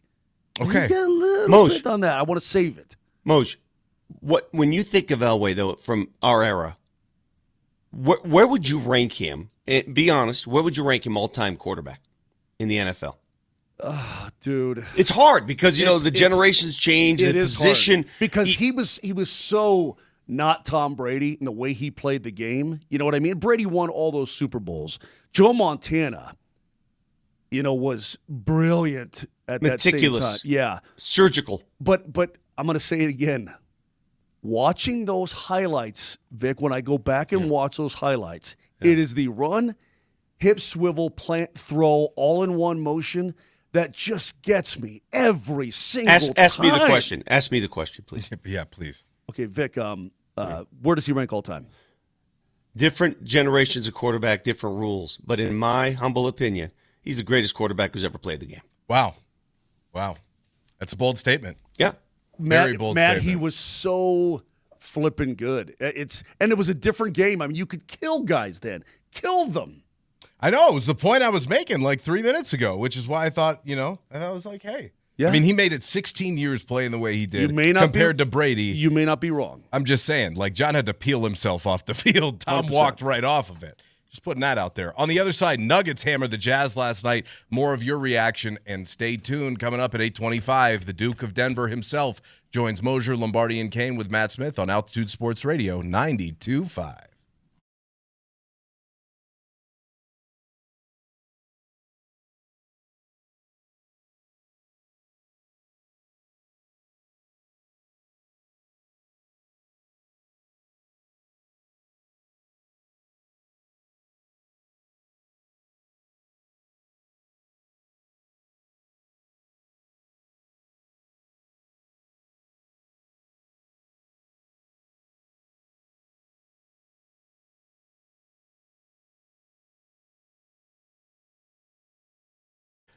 Dan Kaplis Law is the official law firm partner of the Denver Nuggets and the Colorado Avalanche, because Dan Kaplis Law does what those teams do. They win. He wins. The law firm wins. And they win in record-setting ways. Dan Kaplis Law is a serious firm for serious cases.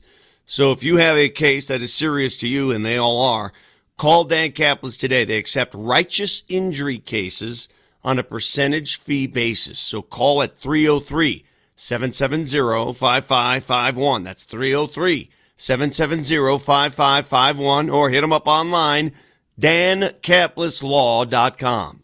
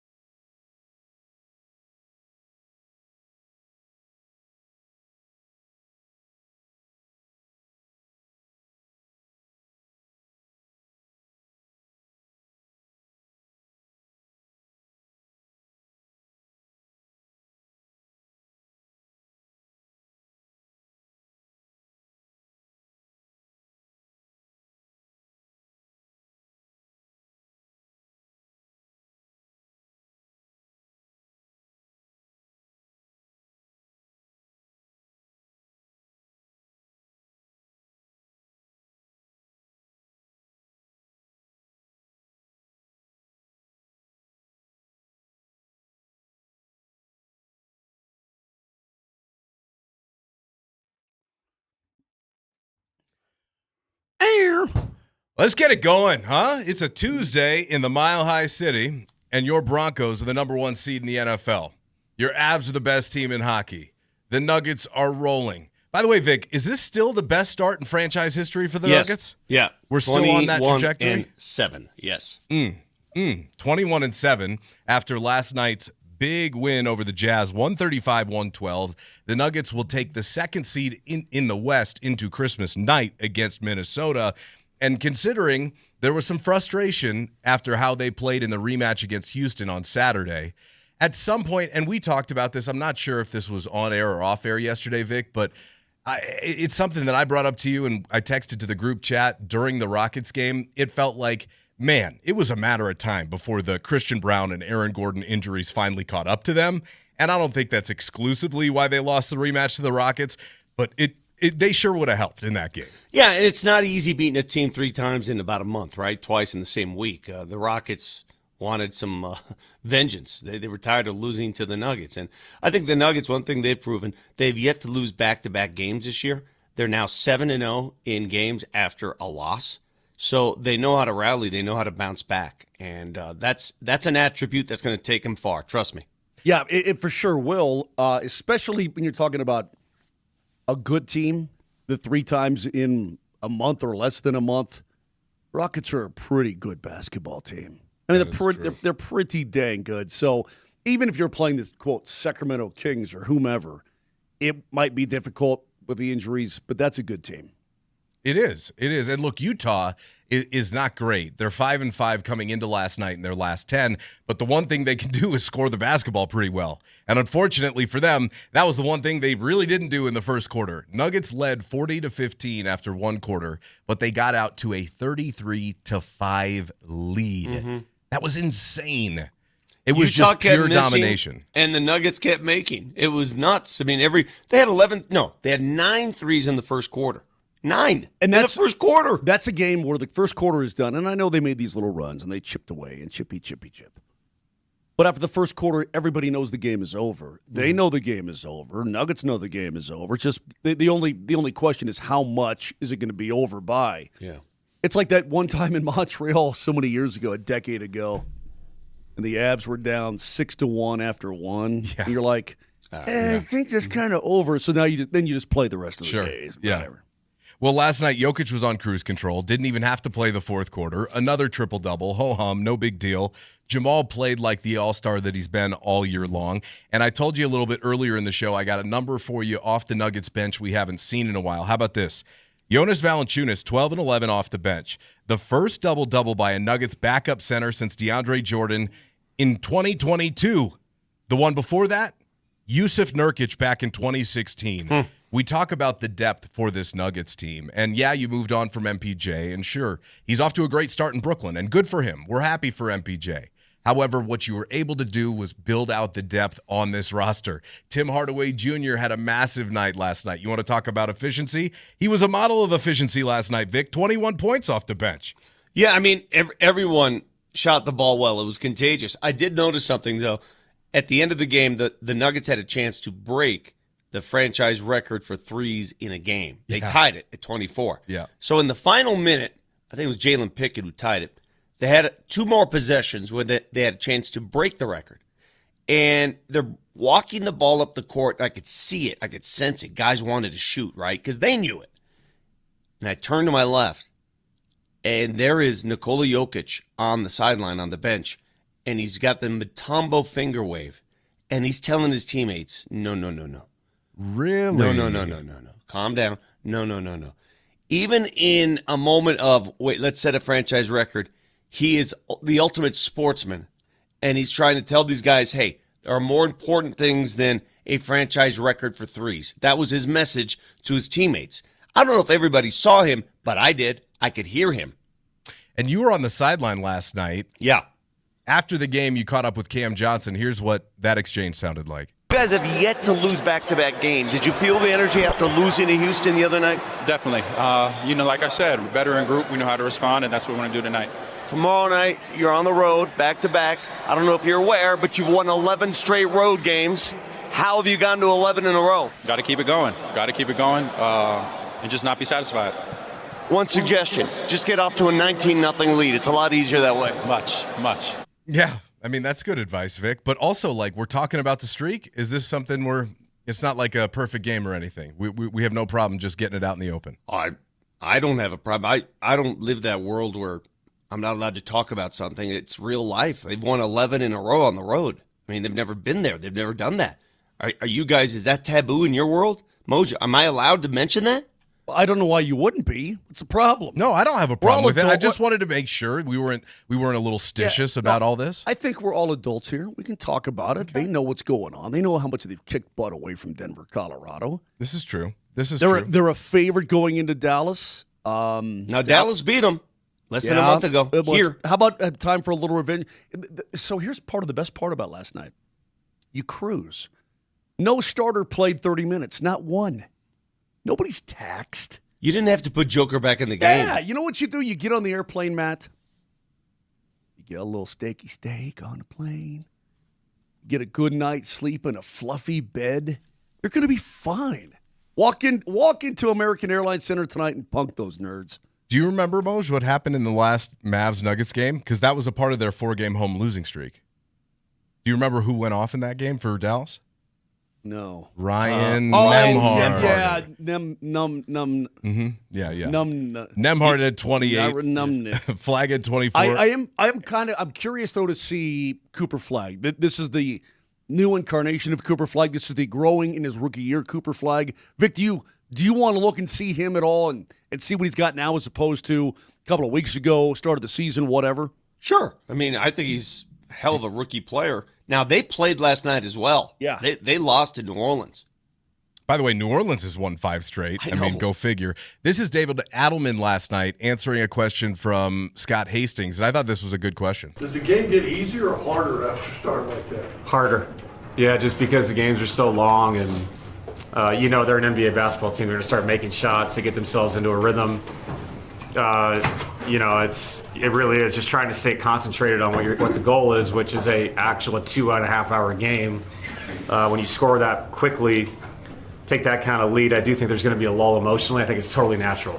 So we had it. I was really proud of the group in the start the fourth quarter because I thought the third, we just kind of got up and down. They had 38 points, and I thought we locked back in defensively. Obviously, Tim got hot, but getting it back down to 28 was a really good number, I thought, for the fourth quarter, not having to bring back in the main guys. So a professional win, I thought. A really good win. I like what he said there at the end, professional win, because you get up 33-5 after the first quarter. Game's over, but you still got 4 more quarters of basketball to play, 3.5. You know what that game felt like? That felt like an OKC game. I mean, that's how they're beating people. Where you just kind of cruise, completely in cruise control all night long. Probably not a bad way to put it. Just obliterating teams to the point where, like, what do we do now? What do we do with our hands? Right. It's funny because the tenor in the arena, and I'm not sure how many straight sellouts the Nuggets have had. It's got to be like 140 now. And I know the Avs have had an enormous amount of sellouts. But if you're in the crowd and your team is up 30 in the first, what do you do? Well, what I saw, there was a lot of people cheering. I mean, a lot of people were happy with what they saw. Well, obviously. Also, I think it was Scott. Was it Scott that asked the question to Edelman about him and Joker having a conversation? Yeah. I thought that was pretty neat, too, because they're talking about, even in a blowout win, they're going through things. They're talking about spacing, and he's like, look, he's on the floor. And I'm talking about spacing and, and word guys, blah, blah, blah, blah, blah. I just thought that was pretty interesting, too, that they're still going through all of that. It's a blowout win, yet you're talking about what you see in the game. It's only going to help down the road. From Texter 0796, was that Utah's media team last night? Yeah, it looked like it. I mean, it sure did. Last one here, Adelman on the fact the Nuggets get the honor of playing on Christmas Day yet again. Is this a sign of respect from the NBA? I do. I think it's really cool. It's kind of like, when I was growing up, my father's in Sacramento, and Sacramento was so out of sight, out of mind for so many years. Like, nobody knew what was going on with the Kings, and all of a sudden they were on every Christmas against the Lakers, the Mavs. It's a sign of respect, and it's a sign of respect to the things that we've accomplished over the years. I'm not super jacked about flying to Orlando the very next day and playing the 27th because we're going to tip off in Denver at about 10:45 Eastern time. That I'm not super jacked about. But it is an honor to play on Christmas. We'll go from there. I mean, he's not wrong. It's a ridiculous schedule, is it not? Well, because you start this massive road trip and you have to play on Christmas. You got a 7-game roadie coming up. Yeah, I mean, this whole week is out of the norm and out of sorts. But you know what? This whole last month has been out of the norm for the Nuggets. They've had to navigate a crazy schedule, and they've had to do it without 2 starters. And they're still out to their best start in franchise history. Why do you guys think I'm so psyched about this? People look at the standings. Well, you're not as good as OKC. I don't care. They're 21-7 without 2 starters. And I don't know when AG is going to come back. I have no idea. I think Christian Brown will be back sometime in the next 2 weeks. So he will go on the road trip. I mean, he goes on the road trip anyway, but he'll go on the road trip possibly with the ability to play before it's said and done. I hope so. I'm not going to lie to you. I'm a little worried about AG. I'm worried because when you miss this much time. Well, don't get worried, because if you get worried, then I get worried. Do you want me to fake it? Yes, I want you to fake it. Yes, I want you to say, you know what, Moj? No big deal. He's going to be fine. Well, you've ripped a hamstring or a calf, right? You've gone through that. Yeah, we know it's a tough injury. Just don't make us nervous. Well, for the love. Here's what makes me nervous. As you know, I'm a doctor. Right. So in the last 10 months, he has pulled his calf. He has pulled one hamstring. He did it in the playoff run, and now he's pulled the other hamstring early this season. That's 3 main muscle groups in his legs, 3 out of the 4 in less than a year. That worries me. What's the other muscle group? Well, I mean, all that's left is the other calf. Well, how about the thigh? The quad? Quad, yeah. That worries me. Even when he does come back, it worries me. What about his butt? And where does the trunk factor into this equation? Where's the butt? It doesn't worry you guys? Where's the gluteus in all this, Vic? Of course it worries me. Of course I'm nervous about it. I'm not worried because it's not like he's not coming back. I know, but okay, so when you're watching him, then don't use that word for me, because let me try and come up with another word. Hold on a second. Hit your thesaurus. He's not missing the rest of the season, so he's going to be back at some point before the postseason. And if they continue to play this way, I'm going to be happy when they get in. And if he's healthy and ready to go, I think they can beat anybody. Hold on, Vic. Think of that word. But first, Nuggets at Mavs, second of a back-to-back. We do have to hit our keys to the game. Do whatever it takes to win. It's the Johnson Auto Plaza keys to the game. Johnson Auto Plaza. Experience the power of the plaza, where they have the keys to performance and style with Ram, Jeep, Chevy, Buick, and GMC, and a huge selection of used all in one place. Johnson Auto Plaza. Here's Moser, Lombardi, and Kane. All right, I've got a couple of synonyms for worried for you. Would you like to pick from mine? Well, I don't know if worried is the word you want, because Moser is afraid of that word. Well, that's why I've got synonyms. So here's words that could mean something similar. How about anxious? That's better. Does that make you feel better? Yeah, a little bit. All right. Okay, so one's enough. Go ahead, Vic. Keys Precautious. to the game. Tonight's game is pretty simple. Don't let their guards get in the paint, because when they do, that's a problem. Ryan Nembhard lived there, hit 3s. The first time he played Dallas, they lived in the paint. They took advantage of a soft perimeter. They hit 3s. The Nuggets are very good in these back-to-backs. They're extraordinary on the road in these back-to-backs. I can't remember how many in a row they've won. Second game of a back-to-back on the road, but they have an NBA record. They have more of these wins under their belt than any team in the league. They're very good at this. And even with 2 starters down, I would expect the Nuggets to go into Dallas and win again tonight. I do. I'm going to pull a Moser. Win this game, because you know what? Christmas night, that ain't going to be easy against Minnesota. And oh, by the way, Jokic didn't play the fourth quarter last night, so I think you can lean on the big fella to take you home tonight. That's little Eddie money here. That's my prescription. That's this doctor's prescription for the game tonight, by the way. The keys to the game are powered by Johnson Auto Plaza, where you get selection, service, and incredible savings on Ram, Jeep, Chevy, Buick, and GMC, all at one location. Experience the power of the plaza at Johnson Auto Plaza. Coming up on the other side, Broncos. We're going to empty the notebook on Jags and Broncos as we transition.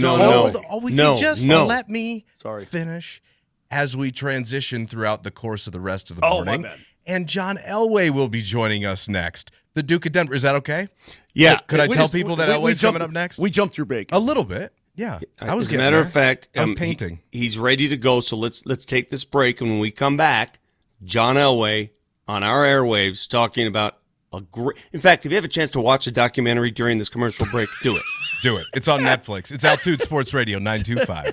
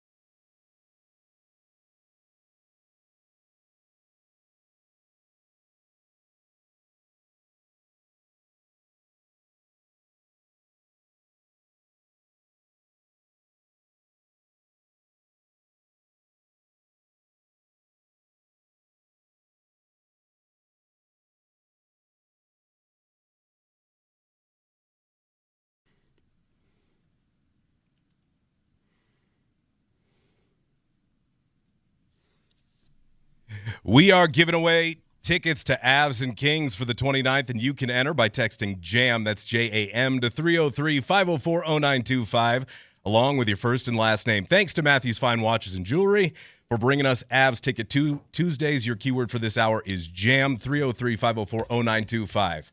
Joining us now on the Ramos Law Hotline, John Elway, the Duke of Denver. Welcome to the show, John. Good morning. And I know my partner, Vic Lombardi, here has been dying to have you on his show. So without further ado, Vic, I turn it over to you. John, first of all, thanks again, buddy. I appreciate the time that you're giving us this morning. I saw the doc last night. Many of us did. And not going to lie, I got a little emotional. I know you got emotional, and watching you get emotional made me emotional. Why did you decide to do this? Who convinced you?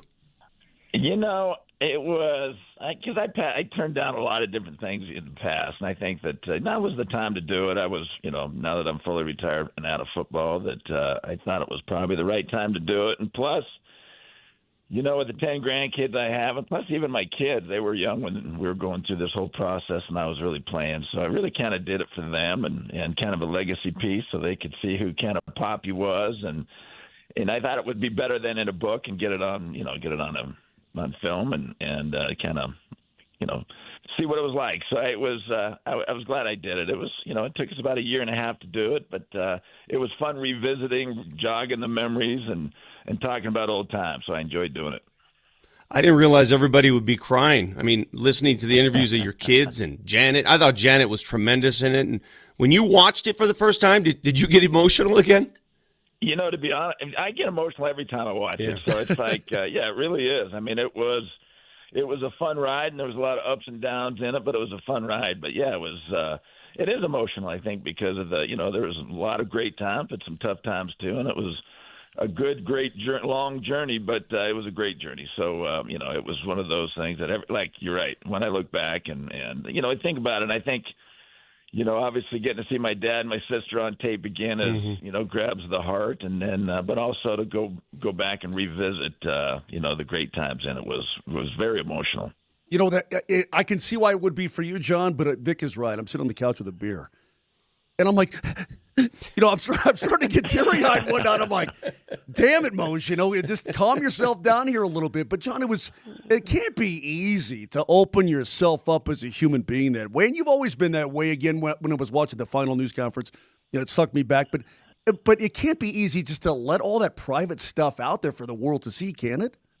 No, it's not. And I think that, I think that was one of the reasons why I never kind of did it before that. But I think that, I said, what, it's time to do that. And, I'm glad I went through that process because it did bring back so many different emotions. And like you said, I mean, it's like, and I'm not, it's like every time I do watch it, it's like, especially that first Super Bowl win, I still get, it still grabs you. And I'm telling myself the same thing. What is wrong with you? Why do you keep doing this? But, it was such an emotional time and such a great time that it brings back those great emotions. All right. A couple of specific questions that remain unanswered in my book. You played your entire career without an ACL, and you lost it in high school. How does a human being do that? Well, I did. And, back I tore in 1978, so it was a long time ago, and obviously medicine was different back then. But I tore my lateral meniscus in my left knee, and then I frayed the ACL. And so back then when it was frayed, they really didn't know what to do with it, and so they didn't do anything with it. And obviously, we found out now that anytime you injure that ACL and you don't repair it, then it disappears. And so, I taped it when I was in college, and it had shifted on me a couple times. And then actually, it was my second year here in Denver, and we were playing preseason against the Colts, and I was running for a first down, and I didn't get it, and so I stomped my foot, and my knee shifted again and blew up. And that's when Greig grabbed me on the sideline and said, John, he said, you're going to have to brace that from now on. So I ended up putting a brace on it for my second year on and really never had any more problems after that. And then I got it replaced probably, 15, 16 years ago because it was starting to collapse on the inside. So got a new knee. So it's like brand new. That's crazy to me. One other specific question I had watching the documentary. We're visiting with John Elway, by the way. You recognize the voice clearly.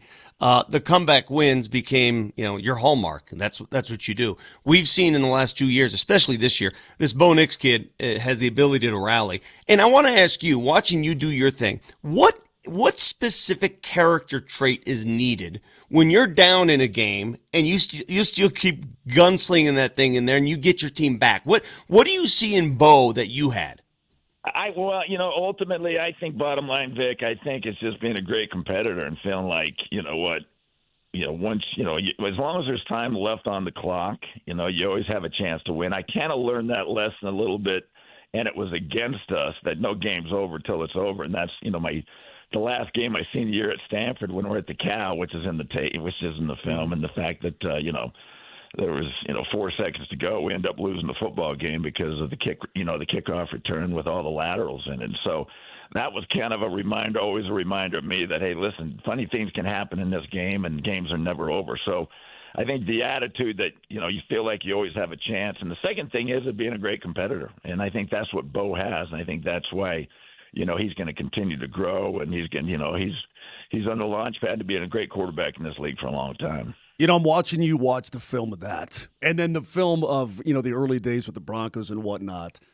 And it's fun to look at the Super Bowl, the first Super Bowl win and so on, but what's going through your mind when you're watching? And I love the camera work of that, too. The side shot, I think it was really well done. But what's going through your mind when you're watching all that other stuff? Is it nostalgia? Are you still pissed? I mean, how do you feel about it? Yeah, no, you know what? I'm past that one.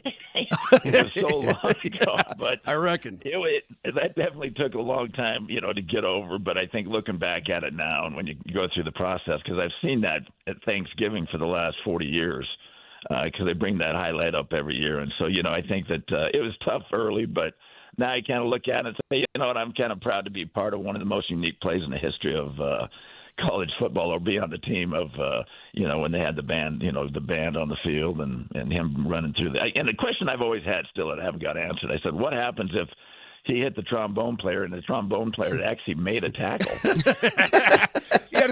he's down. Yeah, he got smoked. It was unbelievable. I mean, what are they going to do with that? How's that end? So that's the unanswered question I've had about that play forever. Go ahead, Matt. Hey, John, I was just wondering, listening to that and watching this doc, which was really well done. By the way, John Elway is our guest. You talked about some advice that your dad had for you, and it really stuck with me. You're going to have to do things you don't want to do in life, but it's your attitude when you're doing those things. How has that served you? Well, I think it's, served me very well, because obviously everybody, and the funny thing is that quote came from when he told me that was when he told me to go sweep out the garage, and I didn't do a very good job sweeping out the garage, and so he went out and looked at it and says, all right, get back out, you're going to do it again. And so I had to go out and re-sweep the garage, and so I think that's where that quote came from. And I think that's just something that you realize when you're going through life, to be great at what you do, there's going to be a lot of things you don't want to do. And it's the attitude, as he said, it's the attitude of what you do. And so, I mean, doing the things well that you don't want to do it allows you to do all the other things great. So if you do the things you don't want to do great, then you can do the other things great.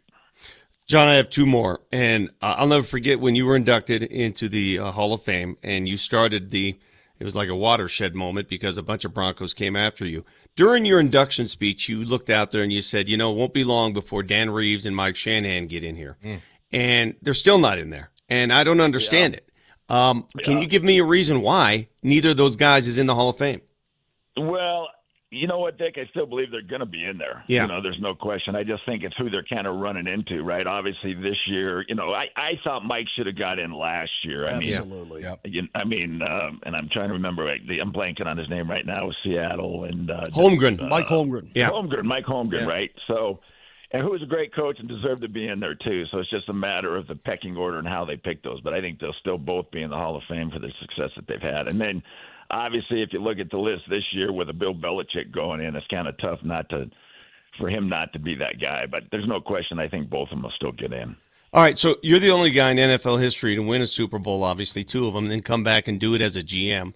And your final years in Denver, you caught some strays, man, and I know it wasn't easy, but I want you to talk a little bit. How difficult was it navigating your job throughout the changes that were taking place in ownership? Because they were taking place right in front of you, and that cannot be easy trying to assemble a team when you don't know who's going to own the team. Yeah, I mean, we still had plenty of money, Vic, and I think ultimately, we just couldn't figure it out, get the right combination with the quarterback as well as the head coach, which I think is the most important thing. Is you got to have that head coach and you have to have that quarterback that makes anybody successful. If you look at the teams in the league now, they've got that combination of the teams that are having success, and so we just couldn't figure that out. But Joe Ellis did a heck of a job running the team when Mr. Bolin was not there. And so it was just a matter of, what was going to happen was more the question. And, I think, going through that whole thing, and then you look at where we are now and where it turned out, we couldn't have found a better ownership group and Penner Group and Walton Group that, and what they're doing now. So the great thing is Bronco country is in great shape with that ownership group because they're going to do everything they can to win. And, we're seeing the effects of them and, the hiring of Sean Payton, who I think has done a tremendous job in the couple of years that he's been here and will continue to do a great job. Two things for me before we're done. Number one, I love that boat. That boat's rad. That's nice. It's just nice. I'm like, he's cruising at Coeur d'Alene on the lake, and I'm like, that's the life right there. But number two, you talked about the sacrifice with the family. I guess if you're involved in pro sports, and we are because, we're traveling with the teams and so on and so forth. But to be a great player and one of the all-time greats, you got to sacrifice. How do guys, John, how do they manage it? You talked about the family and everything else, but how can you be great and still have it all? Is there just not enough there? It is. That is so difficult, and I think that and I will say this: playing football, we're in pro sport. I think as